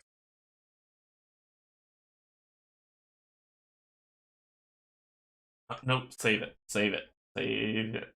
Save it. He is then going to throw back at this one here. The green. Cool. 2 damage. Greenie takes 2. That ends the turn. No, it's not. He's going to give a juice box for 3 health to Buddy. That ends Zeke. Now Zeke's turn's done. Okay. Next up is Nightingale. 1, 2, 3, 4, 5, 6.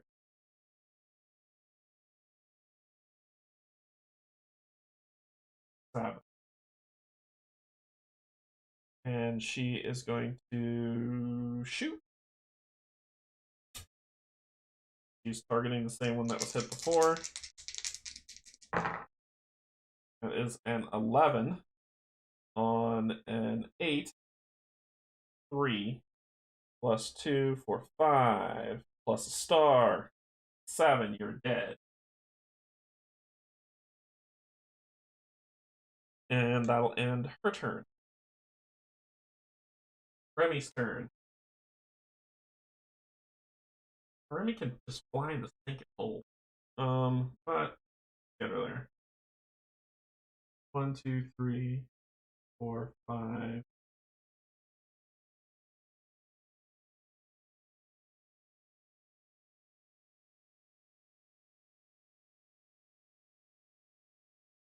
Technically, you're not supposed to know that the green and yellow are connected till you're adjacent to the green, and the only way to get down is from jumping in the red loot exploded. Yeah, you're right. You're right, Edgar.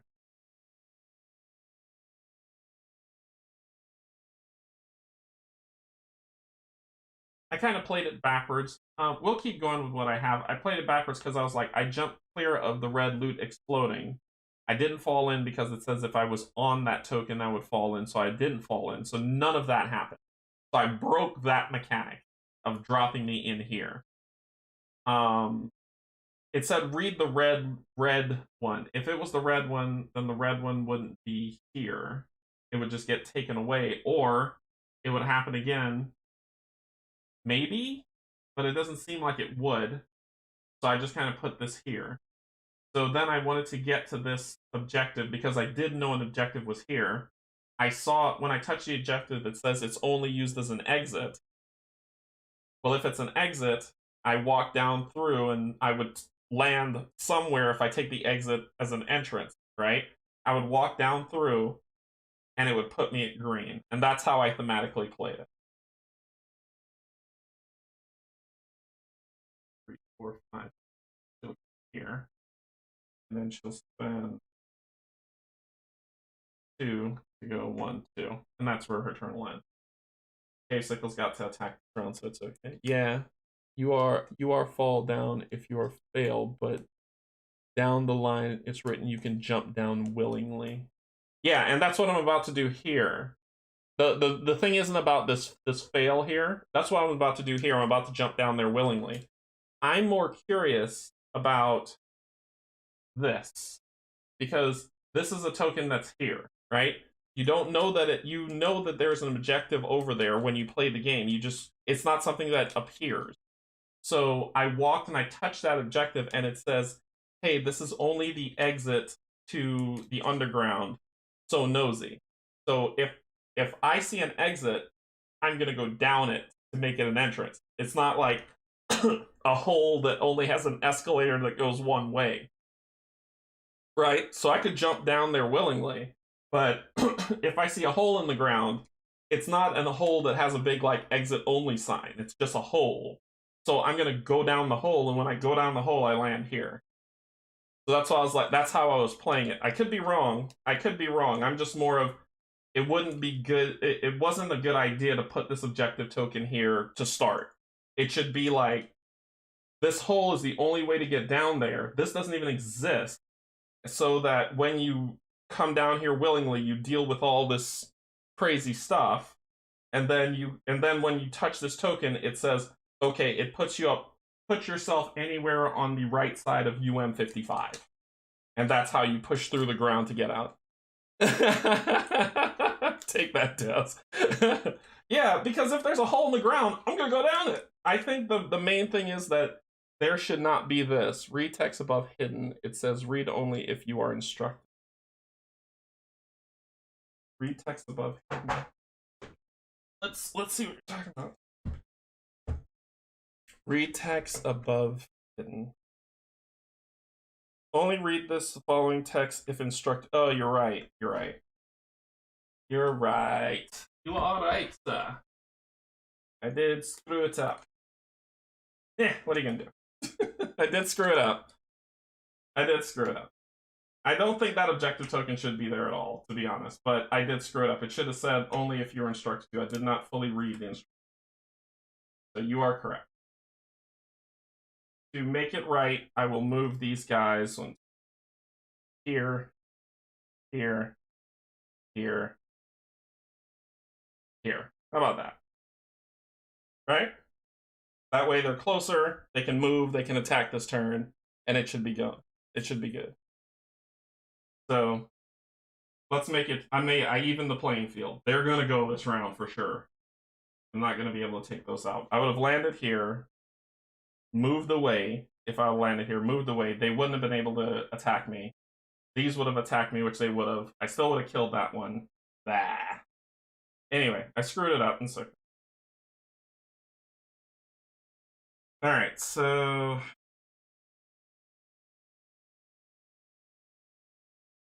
I feel like I want to make it right by putting everybody here, letting one of the cave sickles go first, and just dealing with the consequence.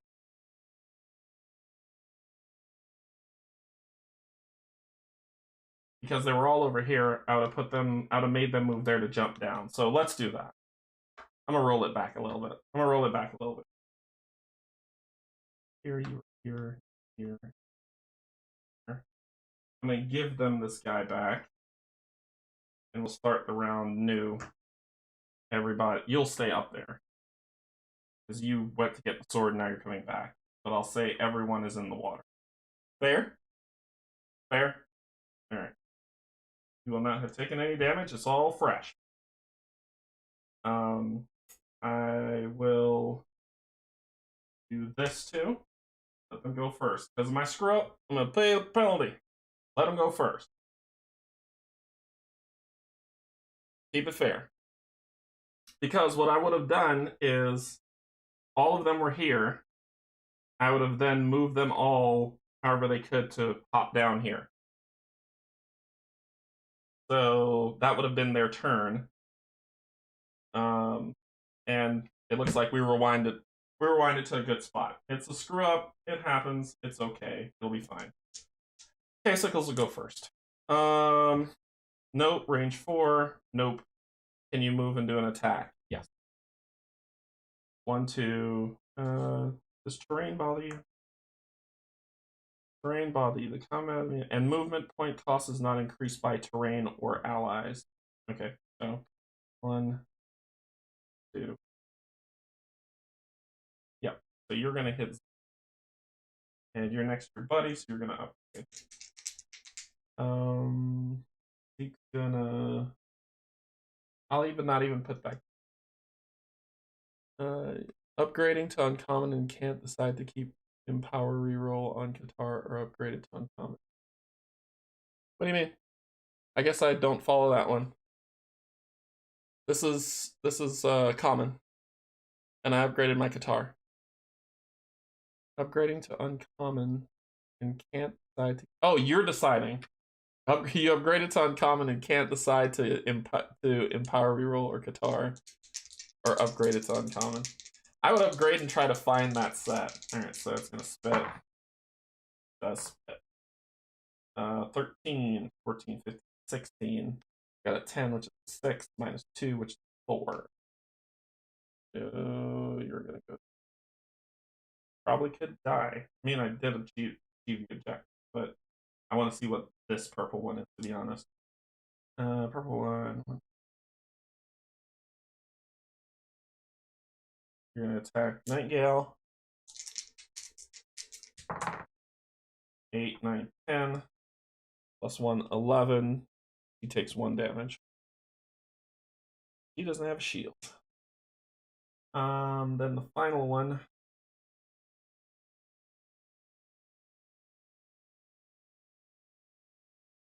There we go. And you've got lots of buddies around you. Ooh.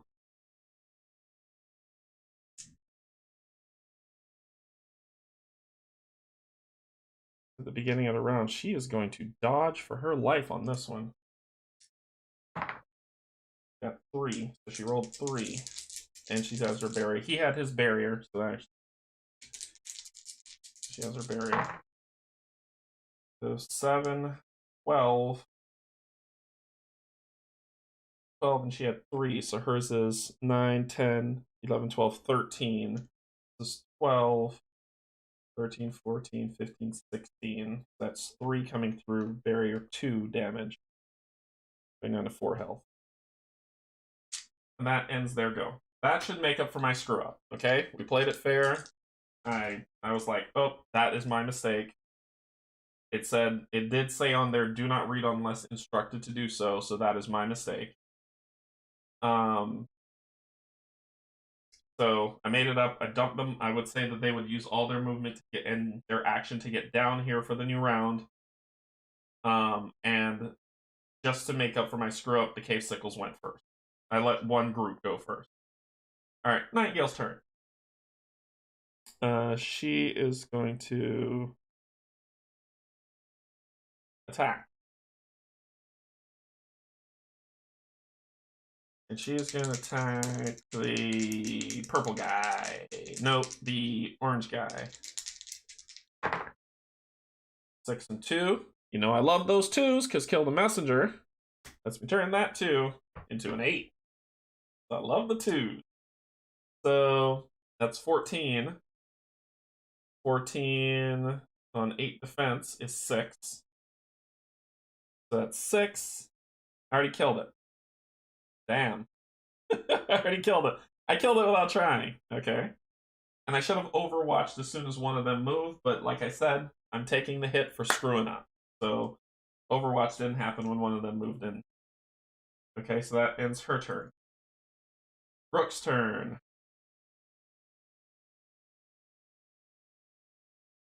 Four, five, six.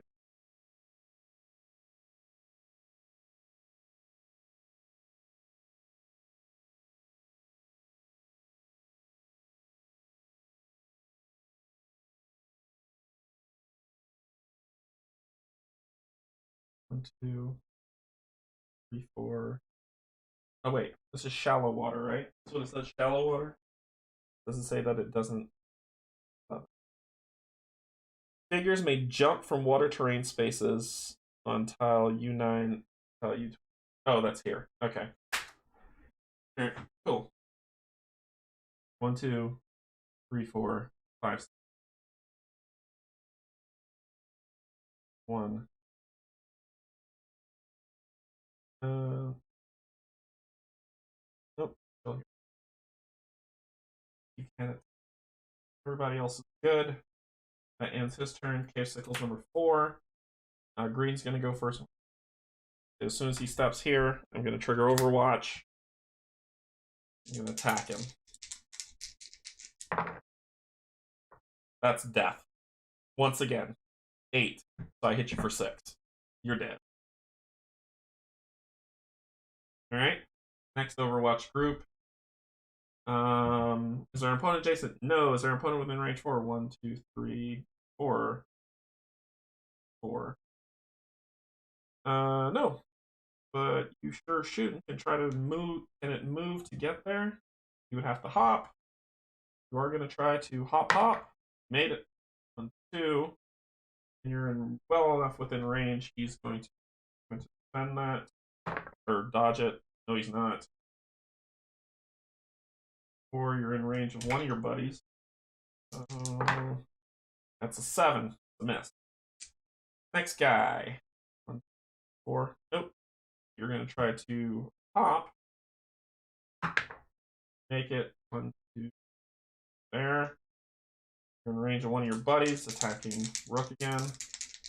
Rook is going to take it. 7, 8, 9, 10, 11. 10. Shield, nothing. Okay, that ends your turn. Zeke's turn. 1, 2, 3, 4, 5, 6. And he's going to. No, he won't. He's going to go there. And then he's going to attack. Heals. Going to re-roll that because he doesn't want to lose courage. Here we go. That's a 10. 10 on 8 is 2. Plus 1, 1, 1, 2. Plus a star, 1, 2. Which is enough to kill him. Dear. That ends his turn. Remy's turn. She's going to use this to fly down, land. So she's going to safely use that to move down. And she's 2 away from this one. So she's going to attack.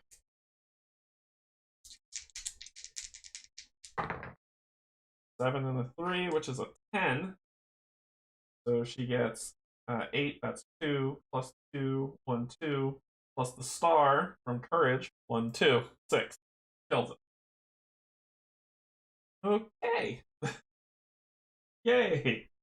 And then there were 2. Alright, well, I'm going to actually use Remy to get to this purple thing. I want to see what that is. I want to know what the purple thing is. So hopefully she can go first. Actually, hopefully Nightgill goes first. And then she can go, because I'm about to use Nightingale's ability to power her up. Go 1, 2, 3, 4, 5, 6. 1, 2, 1, 2. We can see what purple is.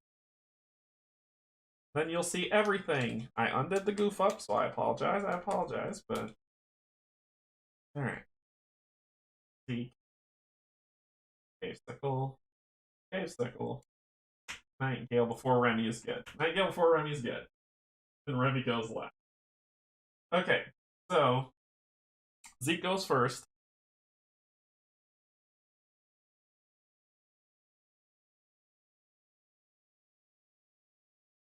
I'm not gonna kill it. Because I wanna as soon as these 2 die, I'm done. I can't do anything else. There's no more monsters to fight. I think he might let it go. He might let it do its thing. Zeke's gonna not do anything this round. Nope, he's not gonna fight it. Okay, Sickle. No one's adjacent, but someone is within range 4, so he's gonna attack within range 4. He's gonna do a double attack, which is fine. So he's just gonna make an attack. I will make it against Rook. None of your buddies are close by because they have to be within your SOI. He has not killed the rest of your friends. So that's an 8, 9, nothing. Then move to be adjacent to an opponent with the most damage within range. Shoot. That's going to be Nightgale. 2, 3, 4. Shoot. I'm going to have to kill him. Because it's going to prove... Well, I'm going to have to kill him. I can't... He can't... No. 1, 2, 2. Well, within range. It won't do anything like go past to trigger break attack. With the most damage within range. It moves 6. Nightingale has the most damage. Kind of has to do it. 1, 2, 3, 4, which triggers the break attack. 7 from Zeke, and roll black die for Rook. 7, 8, 9, 10. He made it through.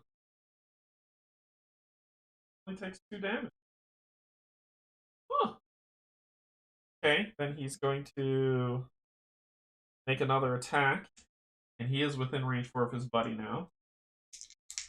She is going to try to dodge the heck out of that. Oh, she's not even going to use this. She's going to use her shirt. Because then she'll kill it if you miss. That's full on. Okay. Ooh! Alright, let's see how this works out. So this is... Alright, so this is 14, 15, 16, 17 on my 9, 10, or 14. That's 3 getting through. Plus 1. 2 getting through. So I'm down to 2 health. And as a follow-up, inflict poison force 9. Your casting is just 9. You don't have a casting die. So I get to try to fight force. What do I fight force? Strength? Read the purple. Read what? Read that purple objective says. I haven't touched it yet. Read that purple objective stuff. I haven't touched it. They can see me. As soon as the adventurer has line of sight to the objective. Oh. Oh. Do. That means as soon as they land. Silly. In the back corner of the dark cave, you see a slumped over corpse with a bandolier of goods. An adventurer adjacent to this token may make an encounter action to gain 3 random consumables. Discard this token. Going for it! Going for it. For sure. Going for it. Okay. I still want to get it. Anyway, where were we? Force. I was looking up force. What do I fight force with? Strength?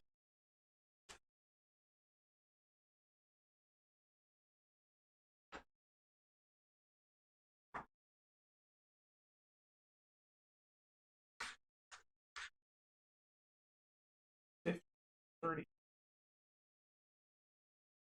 Force. Target of the ability must succeed a conviction check against force. Conviction. Well, her conviction is a white die. I'm gonna roll her 2 white die for conviction. 9! I beat it. Oh, I made it. She made it. Okay, so no poison, and that ends your turn. Next cave sickle. You are within range. You are going to attack with your buddy. You're gonna attack Rook. He's gonna defend against that. No, he's not. You're just going to do stuff to him like max damage. So I might die just from this. Okay, so 10 means 4 is left, right? 8, 6 is 14. So I have 4 left. 1, 2, 3, which would stop 1, 2, 3 from coming through. So I have 4, so I'm taking 4. Then it's going to move to the person with the weakest. 3 perform. So 1, 2 break attack from Remy. Remy's going to give you lovely break attack of these 2. That's a 10. So 10, 2 gets through, plus a 2 shield, 2 more gets through, plus the other one, 2 more gets through, that's 6. Leave her alone. Okay, so that ends their turn. These are Nightgill's turn. She's going to activate her ability to give herself 2 and to give everybody else 1.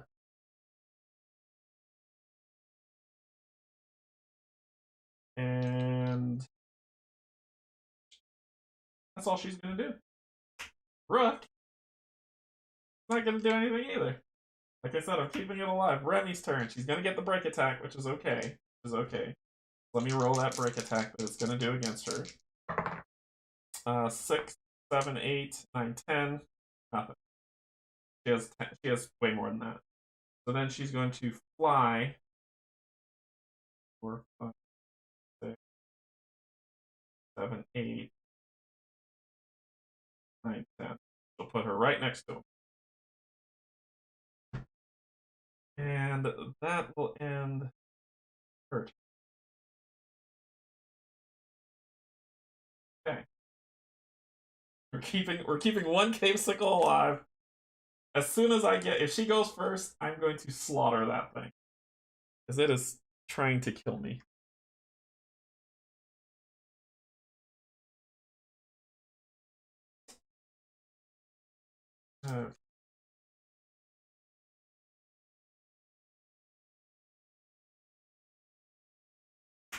Nope, they're dead.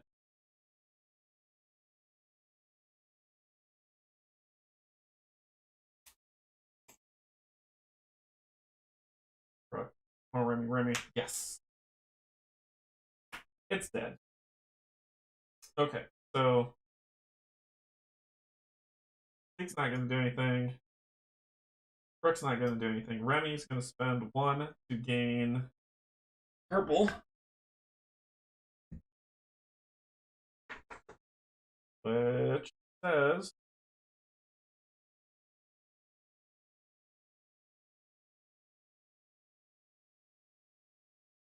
did that one.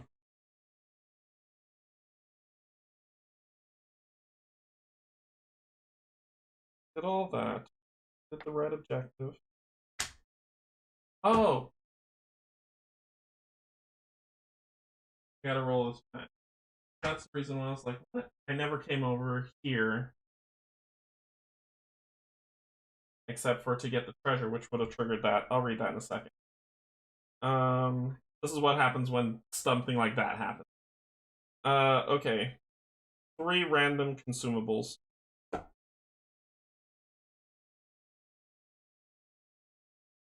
Or not around. Right, 2 more.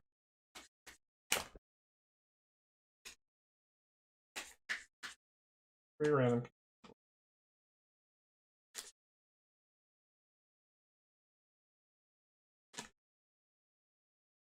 When I come up, I'll deal with what's over there.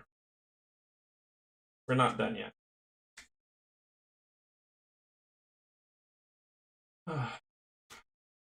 Sorry, I got this so screwed up. Okay, because it said read the red chest is read the red objective, but there's a red totem, and getting one of those chests would have triggered the red totem. Yes. Yes. So it would have been a run back after that. 1, 2, 3.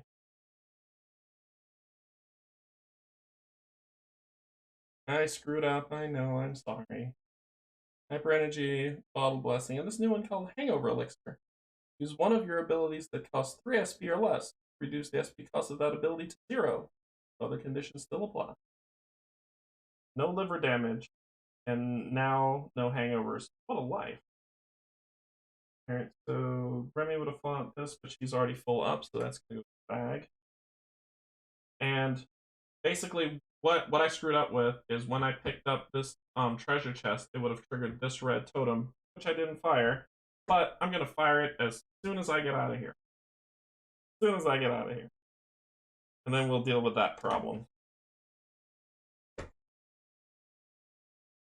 Because I just screwing crap up. Because I'm nervous.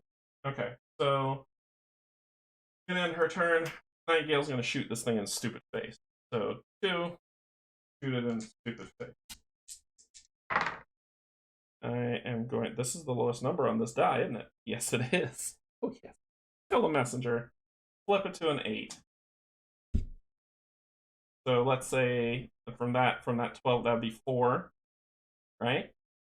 5, 6, 7, 8, 9, 10. It's dead. So they die.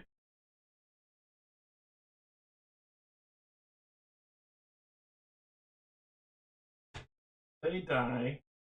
I get more loot.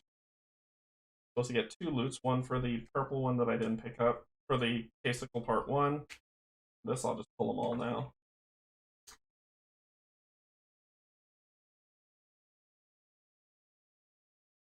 $10 gold. And an item loot. Roll white. Roll 2 white die.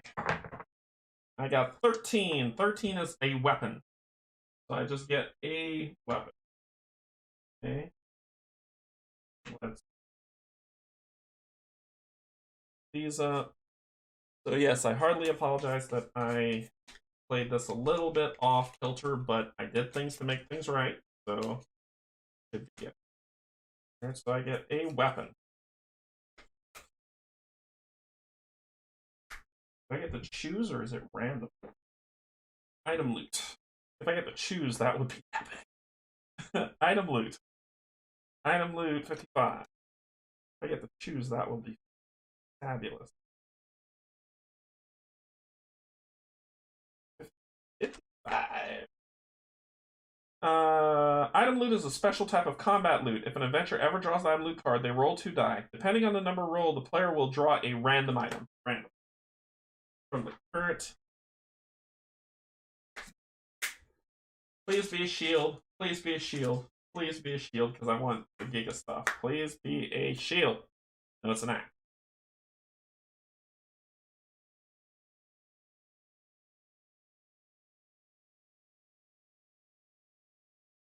So that's going to go to yours. Into the bag. I want a shield. Okay, so that loot, you get 10 gold. Put this over here. Doesn't go back in the pile. That ends your turn. The case died. Almost out of time. So let's go next. She's gonna go up and trigger that thing so it can show up and attack and beat the crap out of us.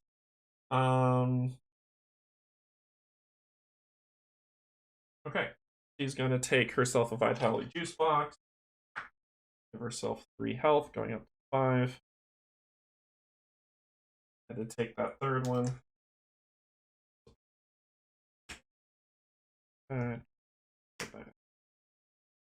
Full up, you're full up. End of the round. You'll go back to full. Get that back to full. Let's go deal with this final thing. We're not done. I would say we're done because I was like, well, it's the red thing. It's the same as the red. Nope, that's a totem. Screwed that up. But we're going to fix it. Zeke. Remy. Yeah, we're going to fix it. Nightgale.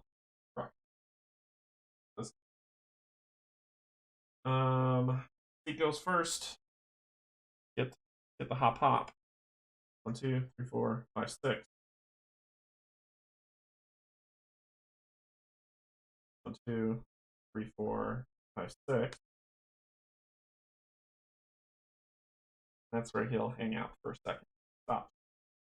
Remy's turn. Gonna spend some hustle, Anderson. She's gonna go 1, 2, 3, 4. Sorry, 1, 2, 3, 4. Boom. She's gonna end up here, which triggers that red totem that I did not trigger last time. I've already hurt myself enough. I don't feel like punching myself in the face more. So we're just gonna deal with it right now. Tucked away behind a pile of rocks, something stirs. If one or more fragors are on the board, read A. Otherwise, read B. The rocks stir as 3 fragors scurry into the open from behind the rubble. Spawn 3 fragors adjacent to the space of this token. Not done moving. That's just what happens when she moved up. So fragors are coming back. Like I said, I screwed up. I'm sorry. We're going to move past.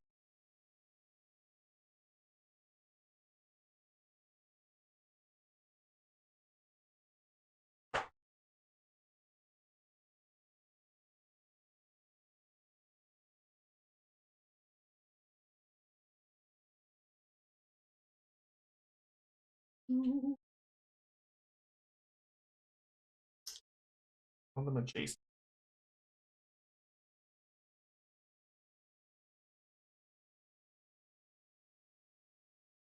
Ooh.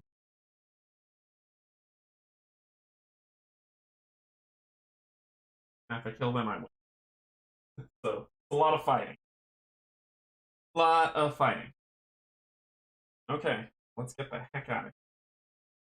Alright, so she wasn't done moving. She moved 1, 2, 3, 4, 5.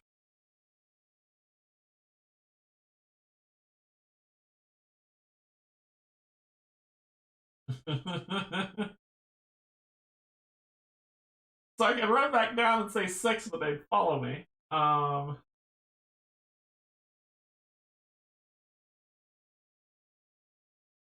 if you flip through this, let's see what happens. You might get here. You need to go 1,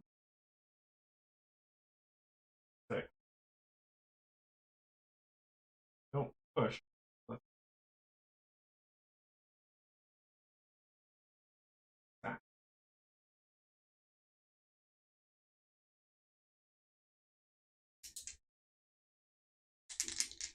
Oh, this one is this that.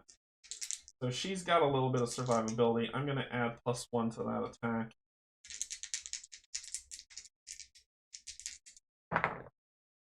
That's 10. +1, 11. Reroll anything? Yes, okay.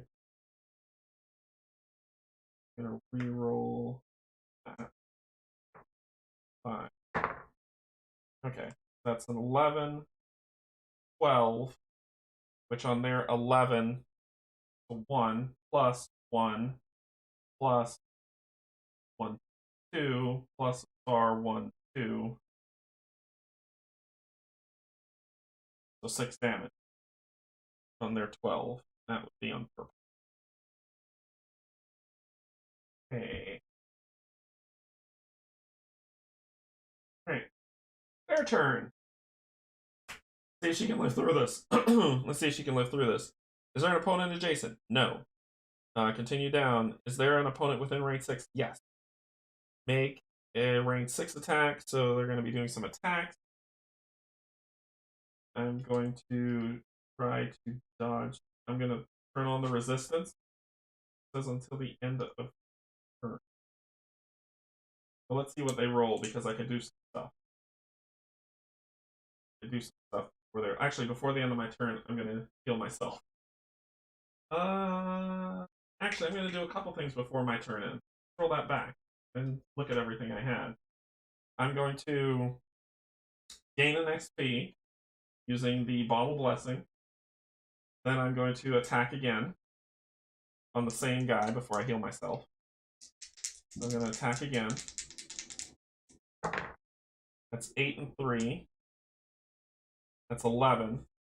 So that does hit. +2. +2 for the star. +2 for another star. That's 6. So I kill one of them. Okay, so let's do this smart. Then I will spend this to heal for 3. 1, 2, 3, putting me back up to full health. Cool. Now it's their turn. They will go, and they're going to attack range 6. It's going to be red first. I'm going to make that half damage. Good thing I did. I'm going to use my Fate Engine to nullify all the symbols. So it is 14. 14 on 12, 13, 14. No damage. No damage. No damage. Woo! No damage. So I have 14. Oh no, mine's 9. 9, 10. 10 on 14, sorry. 10 on 14 is 4. Minus 2 is 2. So I only take 2 damage. Okay. Then what do you do? Then place a random bulb. Bulb. Black. Yes.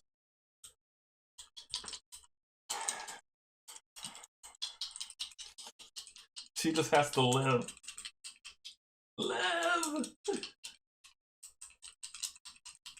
We got a lot of money on this one, so I'll be able to do some upgrades. Allow red bulb. Deal purple. So red bulb is landed. Deal purple damage, physical damage. And then discard. 5. Wrap. I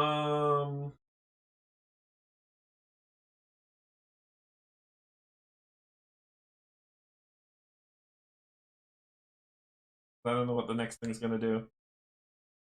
Continue down. Can it move to an adjacent opponent? Yes, it can. Move to the adjacent opponent. You're gonna get thrown off the edge, but you moved, which performed my break attack.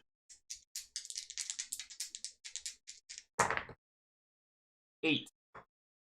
Right.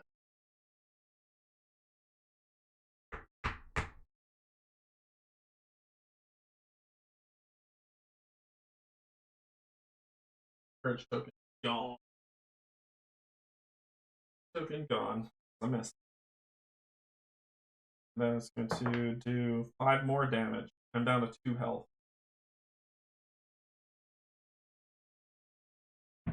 Okay. I'm gonna next one. Next one I gotta block everything. So the next one it's gonna do the same exact thing. I think she might be more. I think she might be done for. 9, thank God. No hit. Gonna move in. Gonna trigger my break. Oh. Wait, that was a break attack. That wasn't a... That was a break attack. That was a break attack. Whew. Okay, so that wouldn't have done that. That was a break attack. So that one would trigger it. I lost the courage anyway because I missed. This one says if you miss with an attack using this ability...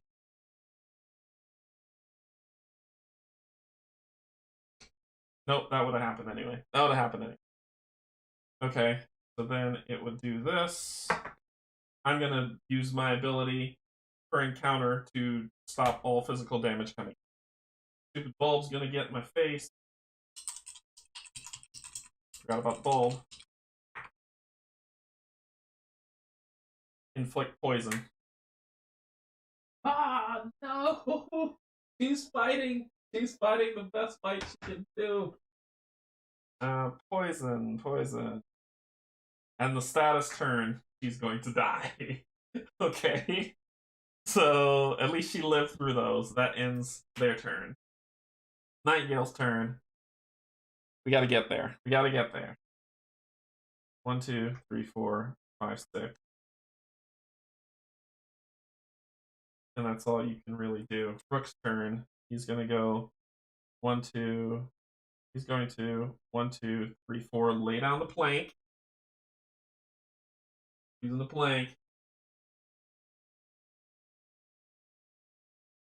And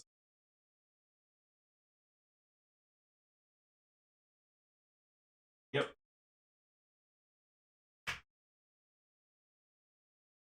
Okay, so let's read how her death happened.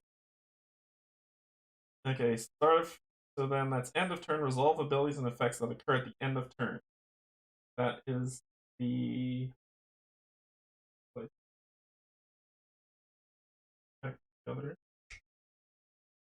status. Okay, so resolve abilities and effects that occur at the start of the turn. Status happens. So 2 damage. Nothing she can do about it. She's out. Goes down.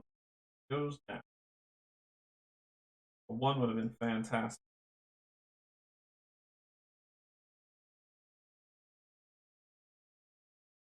Then refresh. Remy out. Actually, I forgot to do that. She's alive. She's alive. Oh my God. She's alive. I was counting down damage on her and I wasn't taking off her passive on barrier. She would have 1 health left. Oh. Oh. She's alive. Poison, but she's alive. I forgot about barrier. Okay, so it didn't kill her. She'd have been down to 3 because the last one it inflict damage. I didn't use the passive barrier. Oh my gosh. Sweating. Okay, so that 2 meant that she has 1 health left. Then it would refresh to however it goes. Nightingale. Z. She might be dead. Alright, so let's turn this. I'd like her to at least kill 1 more before she dies. Everybody else? Okay. So Nightgill goes first. 1, 2, 3, 4, 5, 6, 7. Got back. Got 1 to go there. 1, 2. 1, 2. 1, 2. Then she's going to take a damage. Down to 4. Probably kill her. She's going to take that damage to do an attack.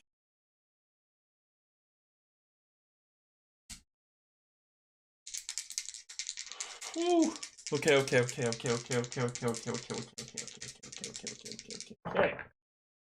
Thank you. 17. Okay. So 14. So 2 sevens. 14. She would have done this to the +1, so she gets the -1 because it's through Remy. She's gonna be hitting the Remy with a move. Oh, so then it wouldn't have been. She would have done that. It would have been a straight shot to orange. So it would have been 14 +1, 15. 15 and 8 is 7. 7. That's 7. 8. That's set. Sorry, I gotta do this right. So that's 7 going through. They don't have any armor, right? Right.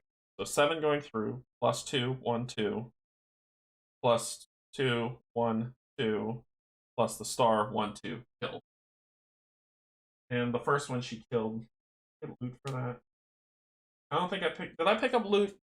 I don't know if anybody's. Did I pick up loot for the first one I killed? I don't think I did. I think I just pulled it off the board. So I don't think I picked up loot for it. Okay. 9 gold. So she gets 9 gold. Yeah, I don't think I did. Killing the other one. I think I just so happy. Oh no, it's a swarm. It's a swarm. That's why I did. It's a swarm. I wouldn't. All right, that is going to end her turn. Gonna end her turn. Zeke's turn. 1, 2, 3, 4, 5, 6. Again. 1, 2. 1, 2. 1, 1, 2.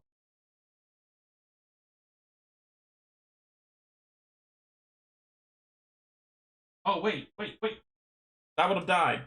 I lived. I won. I won. I won because that would have died. So here we go. At the end of the round, the water pushes us. It pushes me here. I move this guy in the water so he could be close to do his attack because that's the only place he could go. So it would have pushed him off of the cliff. Unless it says that you fall off. You died. And Nightingale came up and killed the other one who was here, killing it. So I would have gotten that 9 gold. It'd have been dead, and I'd have won. Jeez. This is what I'm talking about. There's so much stuff to keep track of. But it died. Remy lived. We won. God. So much things to keep track of. It was a cluster, but I won. Alright, so we won. So it says each party member gains 1 XP and restore adventurers. Cool, I get the upgrade. I get to buy stuff. Good.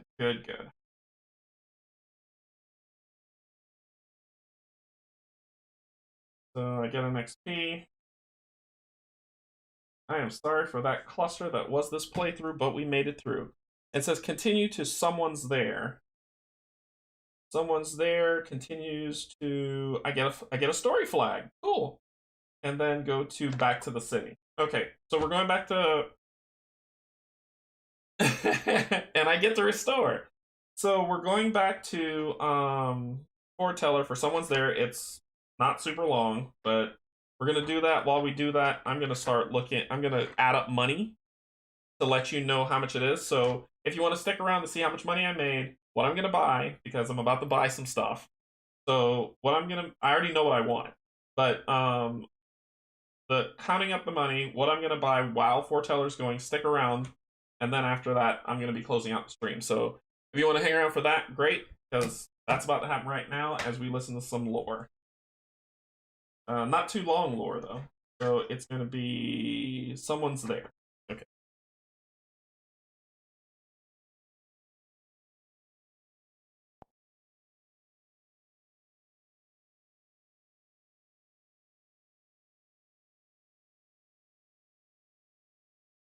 Someone's there.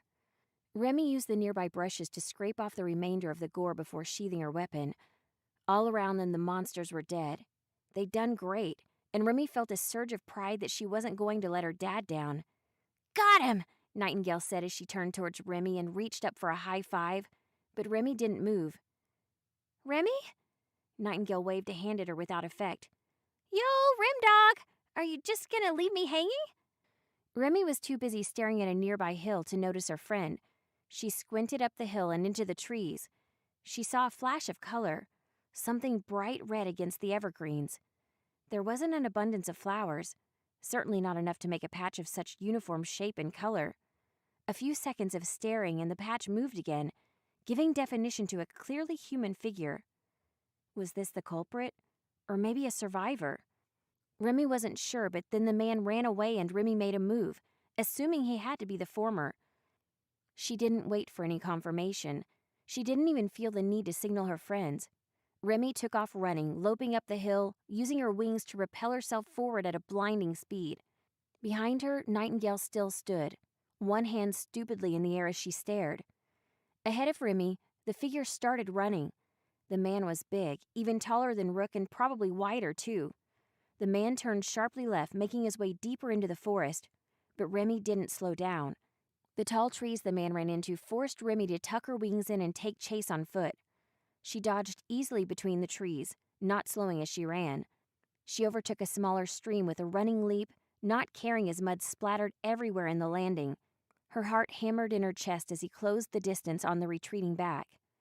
Where Rook's advancement had not robbed him of his speed, this man was more hulking than graceful. He snapped branches and crushed saplings, leaving a very obvious trail. There was no way he was going to get away. "Hey!" The man ignored Remy's shout, but he couldn't ignore the sliding tackle that took him right in the ankle. All that weight turned into a tumble, tearing through dirt and short bushes with equal disdain. The man landed in a sprawled, moaning heap. Remy, on the other hand, had landed far more gracefully. She drew her weapon as she approached the man, walking slowly. She was fairly sure the shouts and pounding footsteps in the forest behind him were her friends catching up. It would be better to confront this man with some backup. "Why the hell were you—" Remy didn't finish, freezing in place as she heard a quiet click from beneath the man she'd sent to the ground. The massive man had rolled onto his back, his face and scraggly beard covered with mud. A single long scar ran almost the entire length of his face, crossing over one of his eyes and down to his neck. The eye looked like it might be glass. The Remy's attention was mostly focused on the gun aiming at her face. Remy dropped her weapon, stepping back a few steps and raising both hands. "Easy there." The gun was an intricately carved flintlock pistol, deadly looking and beautifully crafted. "That's right." The man rolled onto his feet, the gun never losing track of Remy. He grinned with wickedly pointed teeth, almost like a shark's. "You stay right there, and don't move. If you follow me, I'll shoot you. Got it?" "Got it." Remy held very still, staring into the barrel. "Good girl." The man backed up for another few paces before turning and bolting suddenly away. True to his word, Remy didn't follow.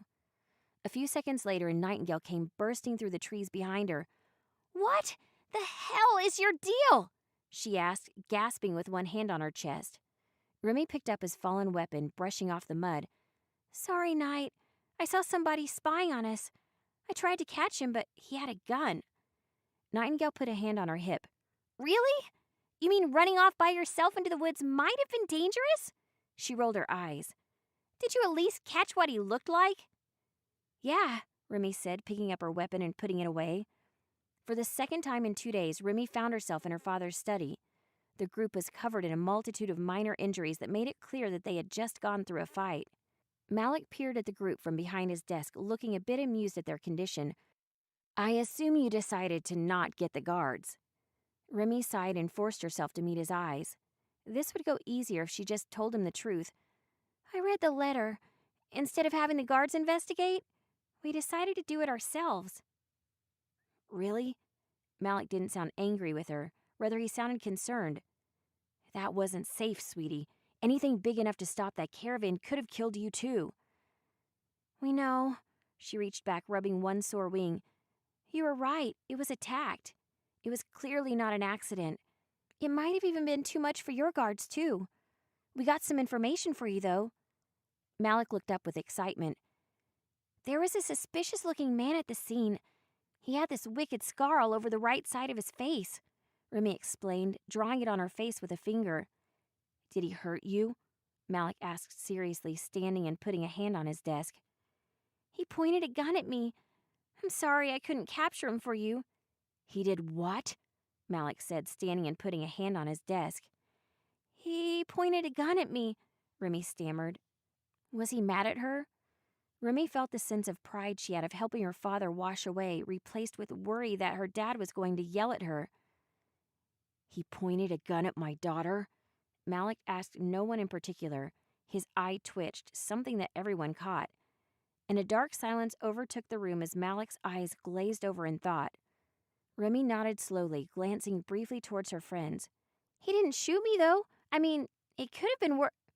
You've done more than I could have expected, Malek said, cutting her off abruptly. His voice was audibly restrained, and Remy still felt like she had done something wrong. Then Malek met Remy's eyes, his face lacking any emotion that she could read. Your institute education appears to be paying off. I'm impressed. Are you mad? Remy asked, her voice high and timid. With you? Malek smiled. Not at all. You've proved yourself more capable than I could have imagined.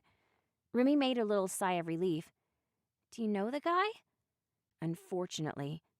Malek drew out one of his black ledgers and scribbled something there. A former associate of mine. He cleared his throat. Thank you for all your help. I will be able to take steps on my own from this point. Then Malek got up and leaned in close to Remy, resting a hand briefly on her shoulder. Maybe stick to just delivering my messages next time, okay? Yeah. Remy rose and her friends all did the same. I will. Interesting. Okay, so then we go back to the city, and other than doing a bounty, this is what we go through. So, oh, there was something else. I get a thing.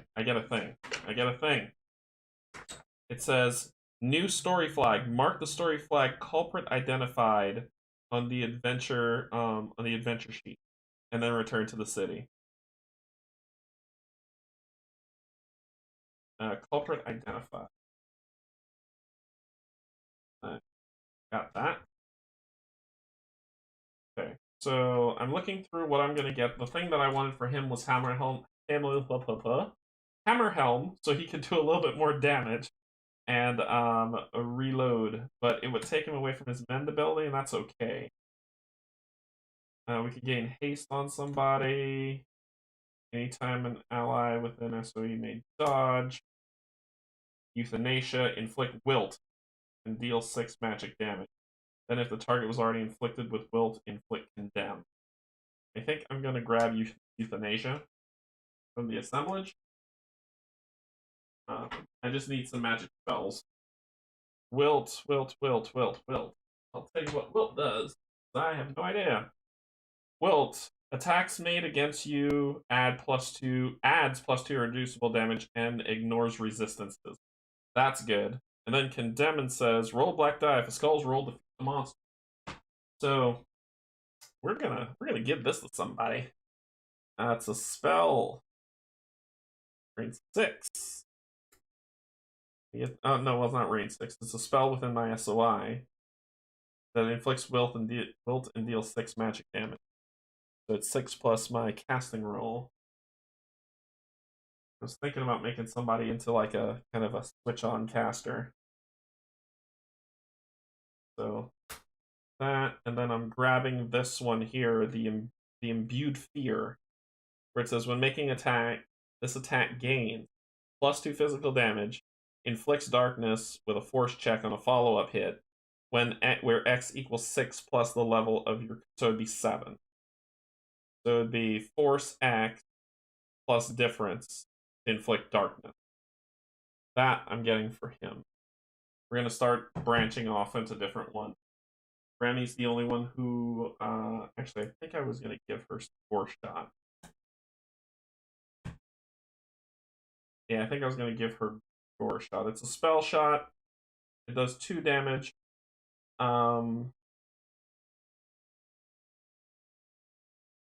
I'm gonna hang on to that one. There's a vow token gain. Vow token says when you deal damage, deal +2 damage of the same type. So it says every time I deal damage, I gain vow. So actually, I probably might give imbued fear to her and give to Faust him, so that he can vow token up and get really, really, really strong.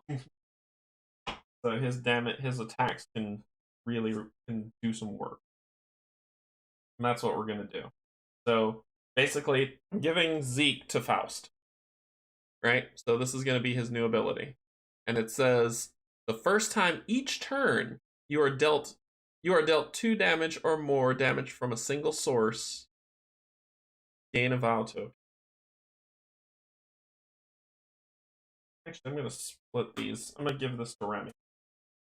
Because what that does is Remy likes to get into the fight because she has this halberd polearm. If they hit her, she will then gain a vow token. So when she hits back, so she's gonna get a passive provoke attack. Then she's going to hit back. Yeah. Then she'll hit them back. And then if they hit her for 2 more, she'll get a vow token. So when she fights that turn, she's going to get +2 to that. And it stacks up to 5 times. So the first time each turn you are dealt 2 hits. So if multiple monsters hit her, she's building up vow that she's going to burn down to really hit people. So I'm going to give that to her. I am going to give Euthanasia to Nightingale, which basically says cast a spell, inflict wilt, and deal 6 magic damage. Then if the target was already inflicted with wilt, condemn them. If they were already inflicted with both condemn and wilt, roll the black die. If a spell's rolled, the target is defeated. So we're going to do Euthanasia. Thing is, do I want it to be on her? It would be thematic because it's more like assemblage. But I don't know if I want... She's my ranger. I don't want her getting in melee with people. 6 magic damage, though. That'll be good. That'll be good. Hey, Cynthia, what's going on? So... Imbued Fear is the one that I'm giving to Zeke. I'm giving it to him because it says, when making an attack, this attack gains +2 physical damage. And a follow-up is I inflict darkness on them. For 6 plus 7, so 7 plus the difference. So that's going to be epic for him. I'm just doing some upgrades. I would really love to get the next set, but I'm working what I got. His stuff, that onslaught is pretty killer. We can buy heal stuff. They've been doing good so far. So that's 4. That costs 4 for everything because that's all level 1 stuff. So that's going to use all their XP. That's what I was trying to get last time. Then I've got 101 gold. They need armor. They need armor bad. My archer's okay. You're okay. But you two take damage like nobody's business.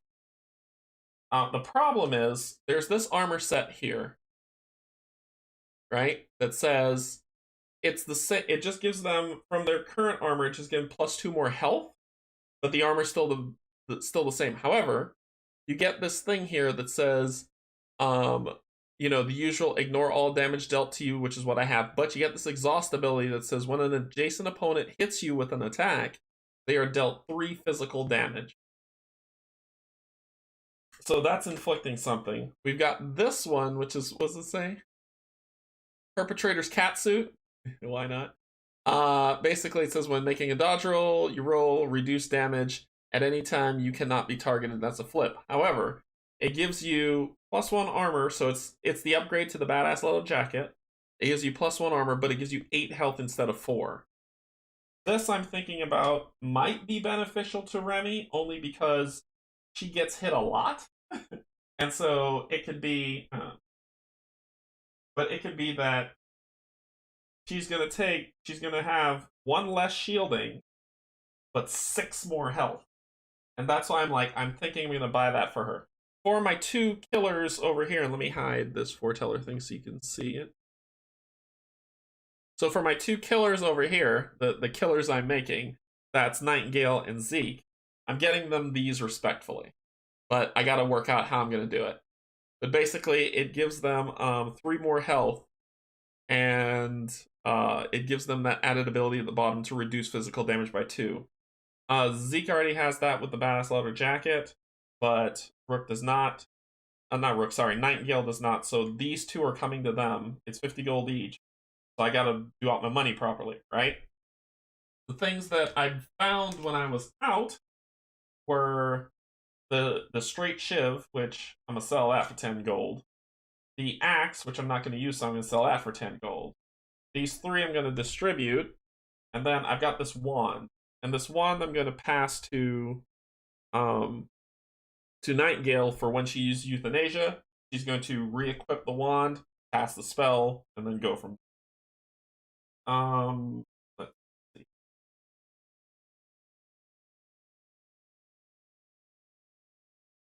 Or sorry, I had it on this side. This is the wand. This is the wand side. And I've had this since the beginning. So it says when determining the force of a spell against the target in water, add +1 to the roll.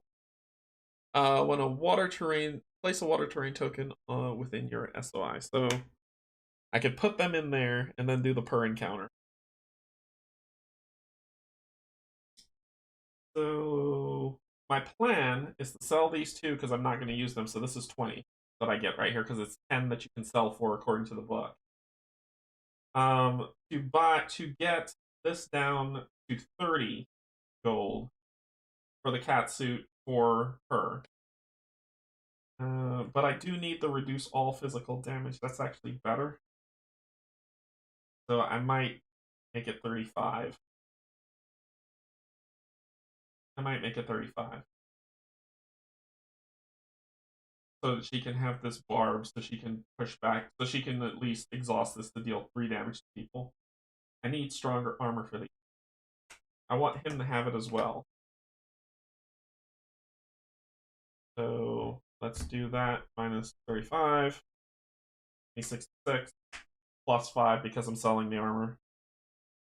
Gives me 71. So that's sold. He gets the barbed. Then I want to get something even more.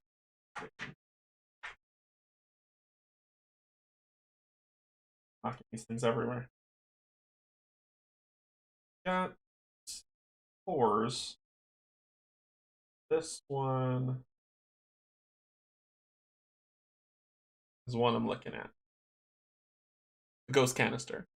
It's the same thing where I get stuff, because remember, I still, between Zeke and Nightingale, you get stuff, but it doesn't upgrade it to their conviction die to make it orange. And when an ally within SOI provokes a break attack, they may dodge. So I'm thinking about that. I'm thinking about arrows that I really, really want. That stuff all over.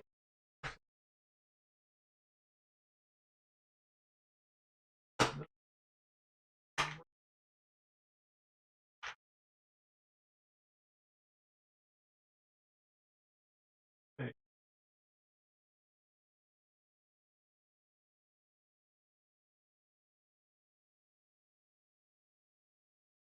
That's what I was looking for. Because with my relics, I actually have new arrows that I could give her. But I don't know if I want to take accessories, consumables, relic. It is that and this one I'm also looking at. This one here. At any time until the start of your next turn, gain protection and resistance to damage. So that's something that I could get, but it's once per encounter, which isn't great. That's conviction die upgrade or health. Where are those?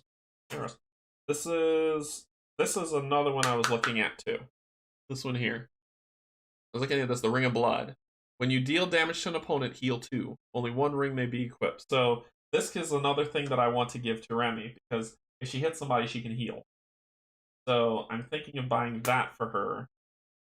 And just letting Nightingale stew because I want these arrows so bad for Nightingale, but I don't think she's ready for them yet. When you make an attack against a target with no armor, gain +3 physical damage. But I lose my range. I lose that +1, so I'm no longer at 8. I'm down to 7. Which would be cool. Would be cool, but nope. I'm all about making sure Remy can survive because Nightingale's okay for right now. So I bought her this armor. I'm gonna buy her. She has the Fate engine, which stops people from murdering her. And then I'm gonna get her this Ring of Blood that costs 40. Takes me to 31. I think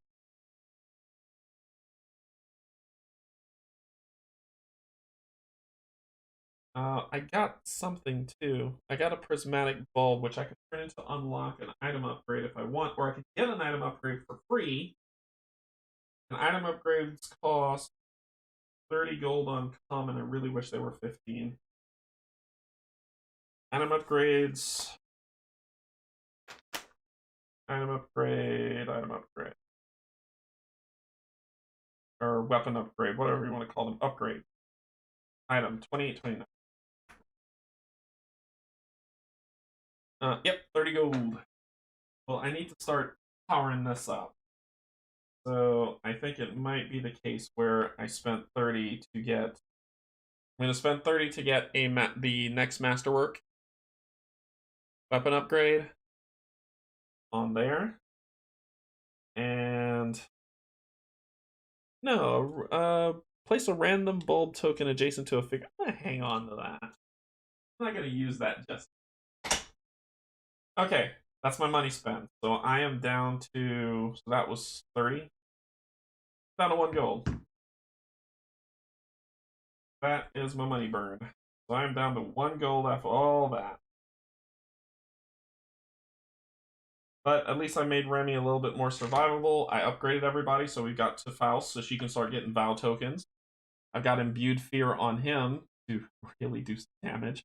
Euthanasia on her, so that she can inflict Wilt, but she can also do ranged attacks if she needs to. So at full health, she could spend one of these to use one of her abilities, this for 1, and spend 2 to attack, and then she has 1 more to move. So she can do 3 things in 1 turn. This guy's got Hammer Helm, which is going to allow him to re-roll dice whenever he misses, but it adds +1 damage, so he's going to really be a hard hitter, the Crusader. I want to get him to the Gaia's Crypt, just to explain the build a little bit, which is a level 2. A level 2 ability. And I'll show you this one. This is where I want him. So he needs to get 6 XP to get this. And it says basically you can hold 2 things in your hand, right? 2. So I can have a 2-handed weapon and I can have a shield. So if I get that, then I'll be rolling, and I want to get the shield I'm looking forward to getting is this one. This is his build that I'm building up for my Crusader. So that means he's going to roll 2 teal, 1 orange, and a black die. And because it's a melee, actually 3 teal, because it's a melee weapon, because I'm queuing it with a melee weapon, I finesse that orange to a teal. So I'm going to roll 3 teal and a black die. I can counter, and yeah, this thing's going to be nasty. So that's his build. That's the Crusader build I'm going for. I just need to get Guy's Edge to get that. Once I get 6 XP, because I've already got 1 here. Once I get 6 XP, I can learn that, power him up, and devastate. This right here, I gotta think about Euthanasia. I think it's a good thing to have. I'd probably want to inflict poison more than I want to do Wilt. So I might switch that out for a poison-based spell, and that should be good. And we're good. We're good. 1 goal left. We are going to be ending off, because we're not doing any bounties. We're going to be ending off on 87 when we come back. here. And there's gonna be Sun's Gun. Boss fight. What? What? Okay. Okay. So we're getting into a boss fight next. Well, so we're ending off on 87. And there's going to be lore before we get into this boss fight, so we're going to have build up. So it's 87, starts reading, goes to sneaking into the crime scene. Once we sneak into the crime scene, it then goes to boss fight melody. I don't know if I'm ready for this. Holy crap.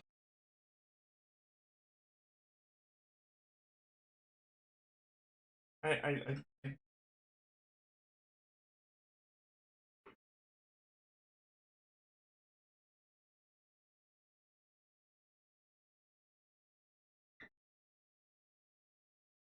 Okay, so, oh my god, what the hell? Alright, so I'm just trying to follow the path here. And it says boss fight. I get into a boss fight. I can go to page 95. And then get a story flag. 97. Which starts this. Which then goes to back to Podrick's on 99. Which then goes to Romstead Recreation. Which goes to a city event with more side quests. So, holy cow. Or I'll go from, and I'm just kind of skimming. Another decision to make 6. Another decision to make, go to a new visitor 97. Which then goes to 99. Which then goes to side quest. Okay. So, I will apologize now.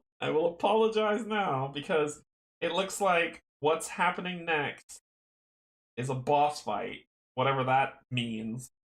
And from there, from the boss fight, it's going to be a lot of lore.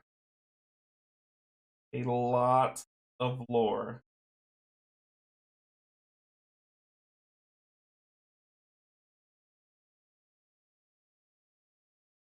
I'm sorry. I'm sorry up front. So I'm gonna play this on Tuesday. And Tuesday it's basically lore, boss fight lore. And then we'll end Tuesday. Then Wednesday we're gonna do side quests if I live or if I don't lose the game. But then we'll do side quests to make up for the amount of lore and foreteller that you're gonna have to listen to. That is a lot. Alright, that's all I got.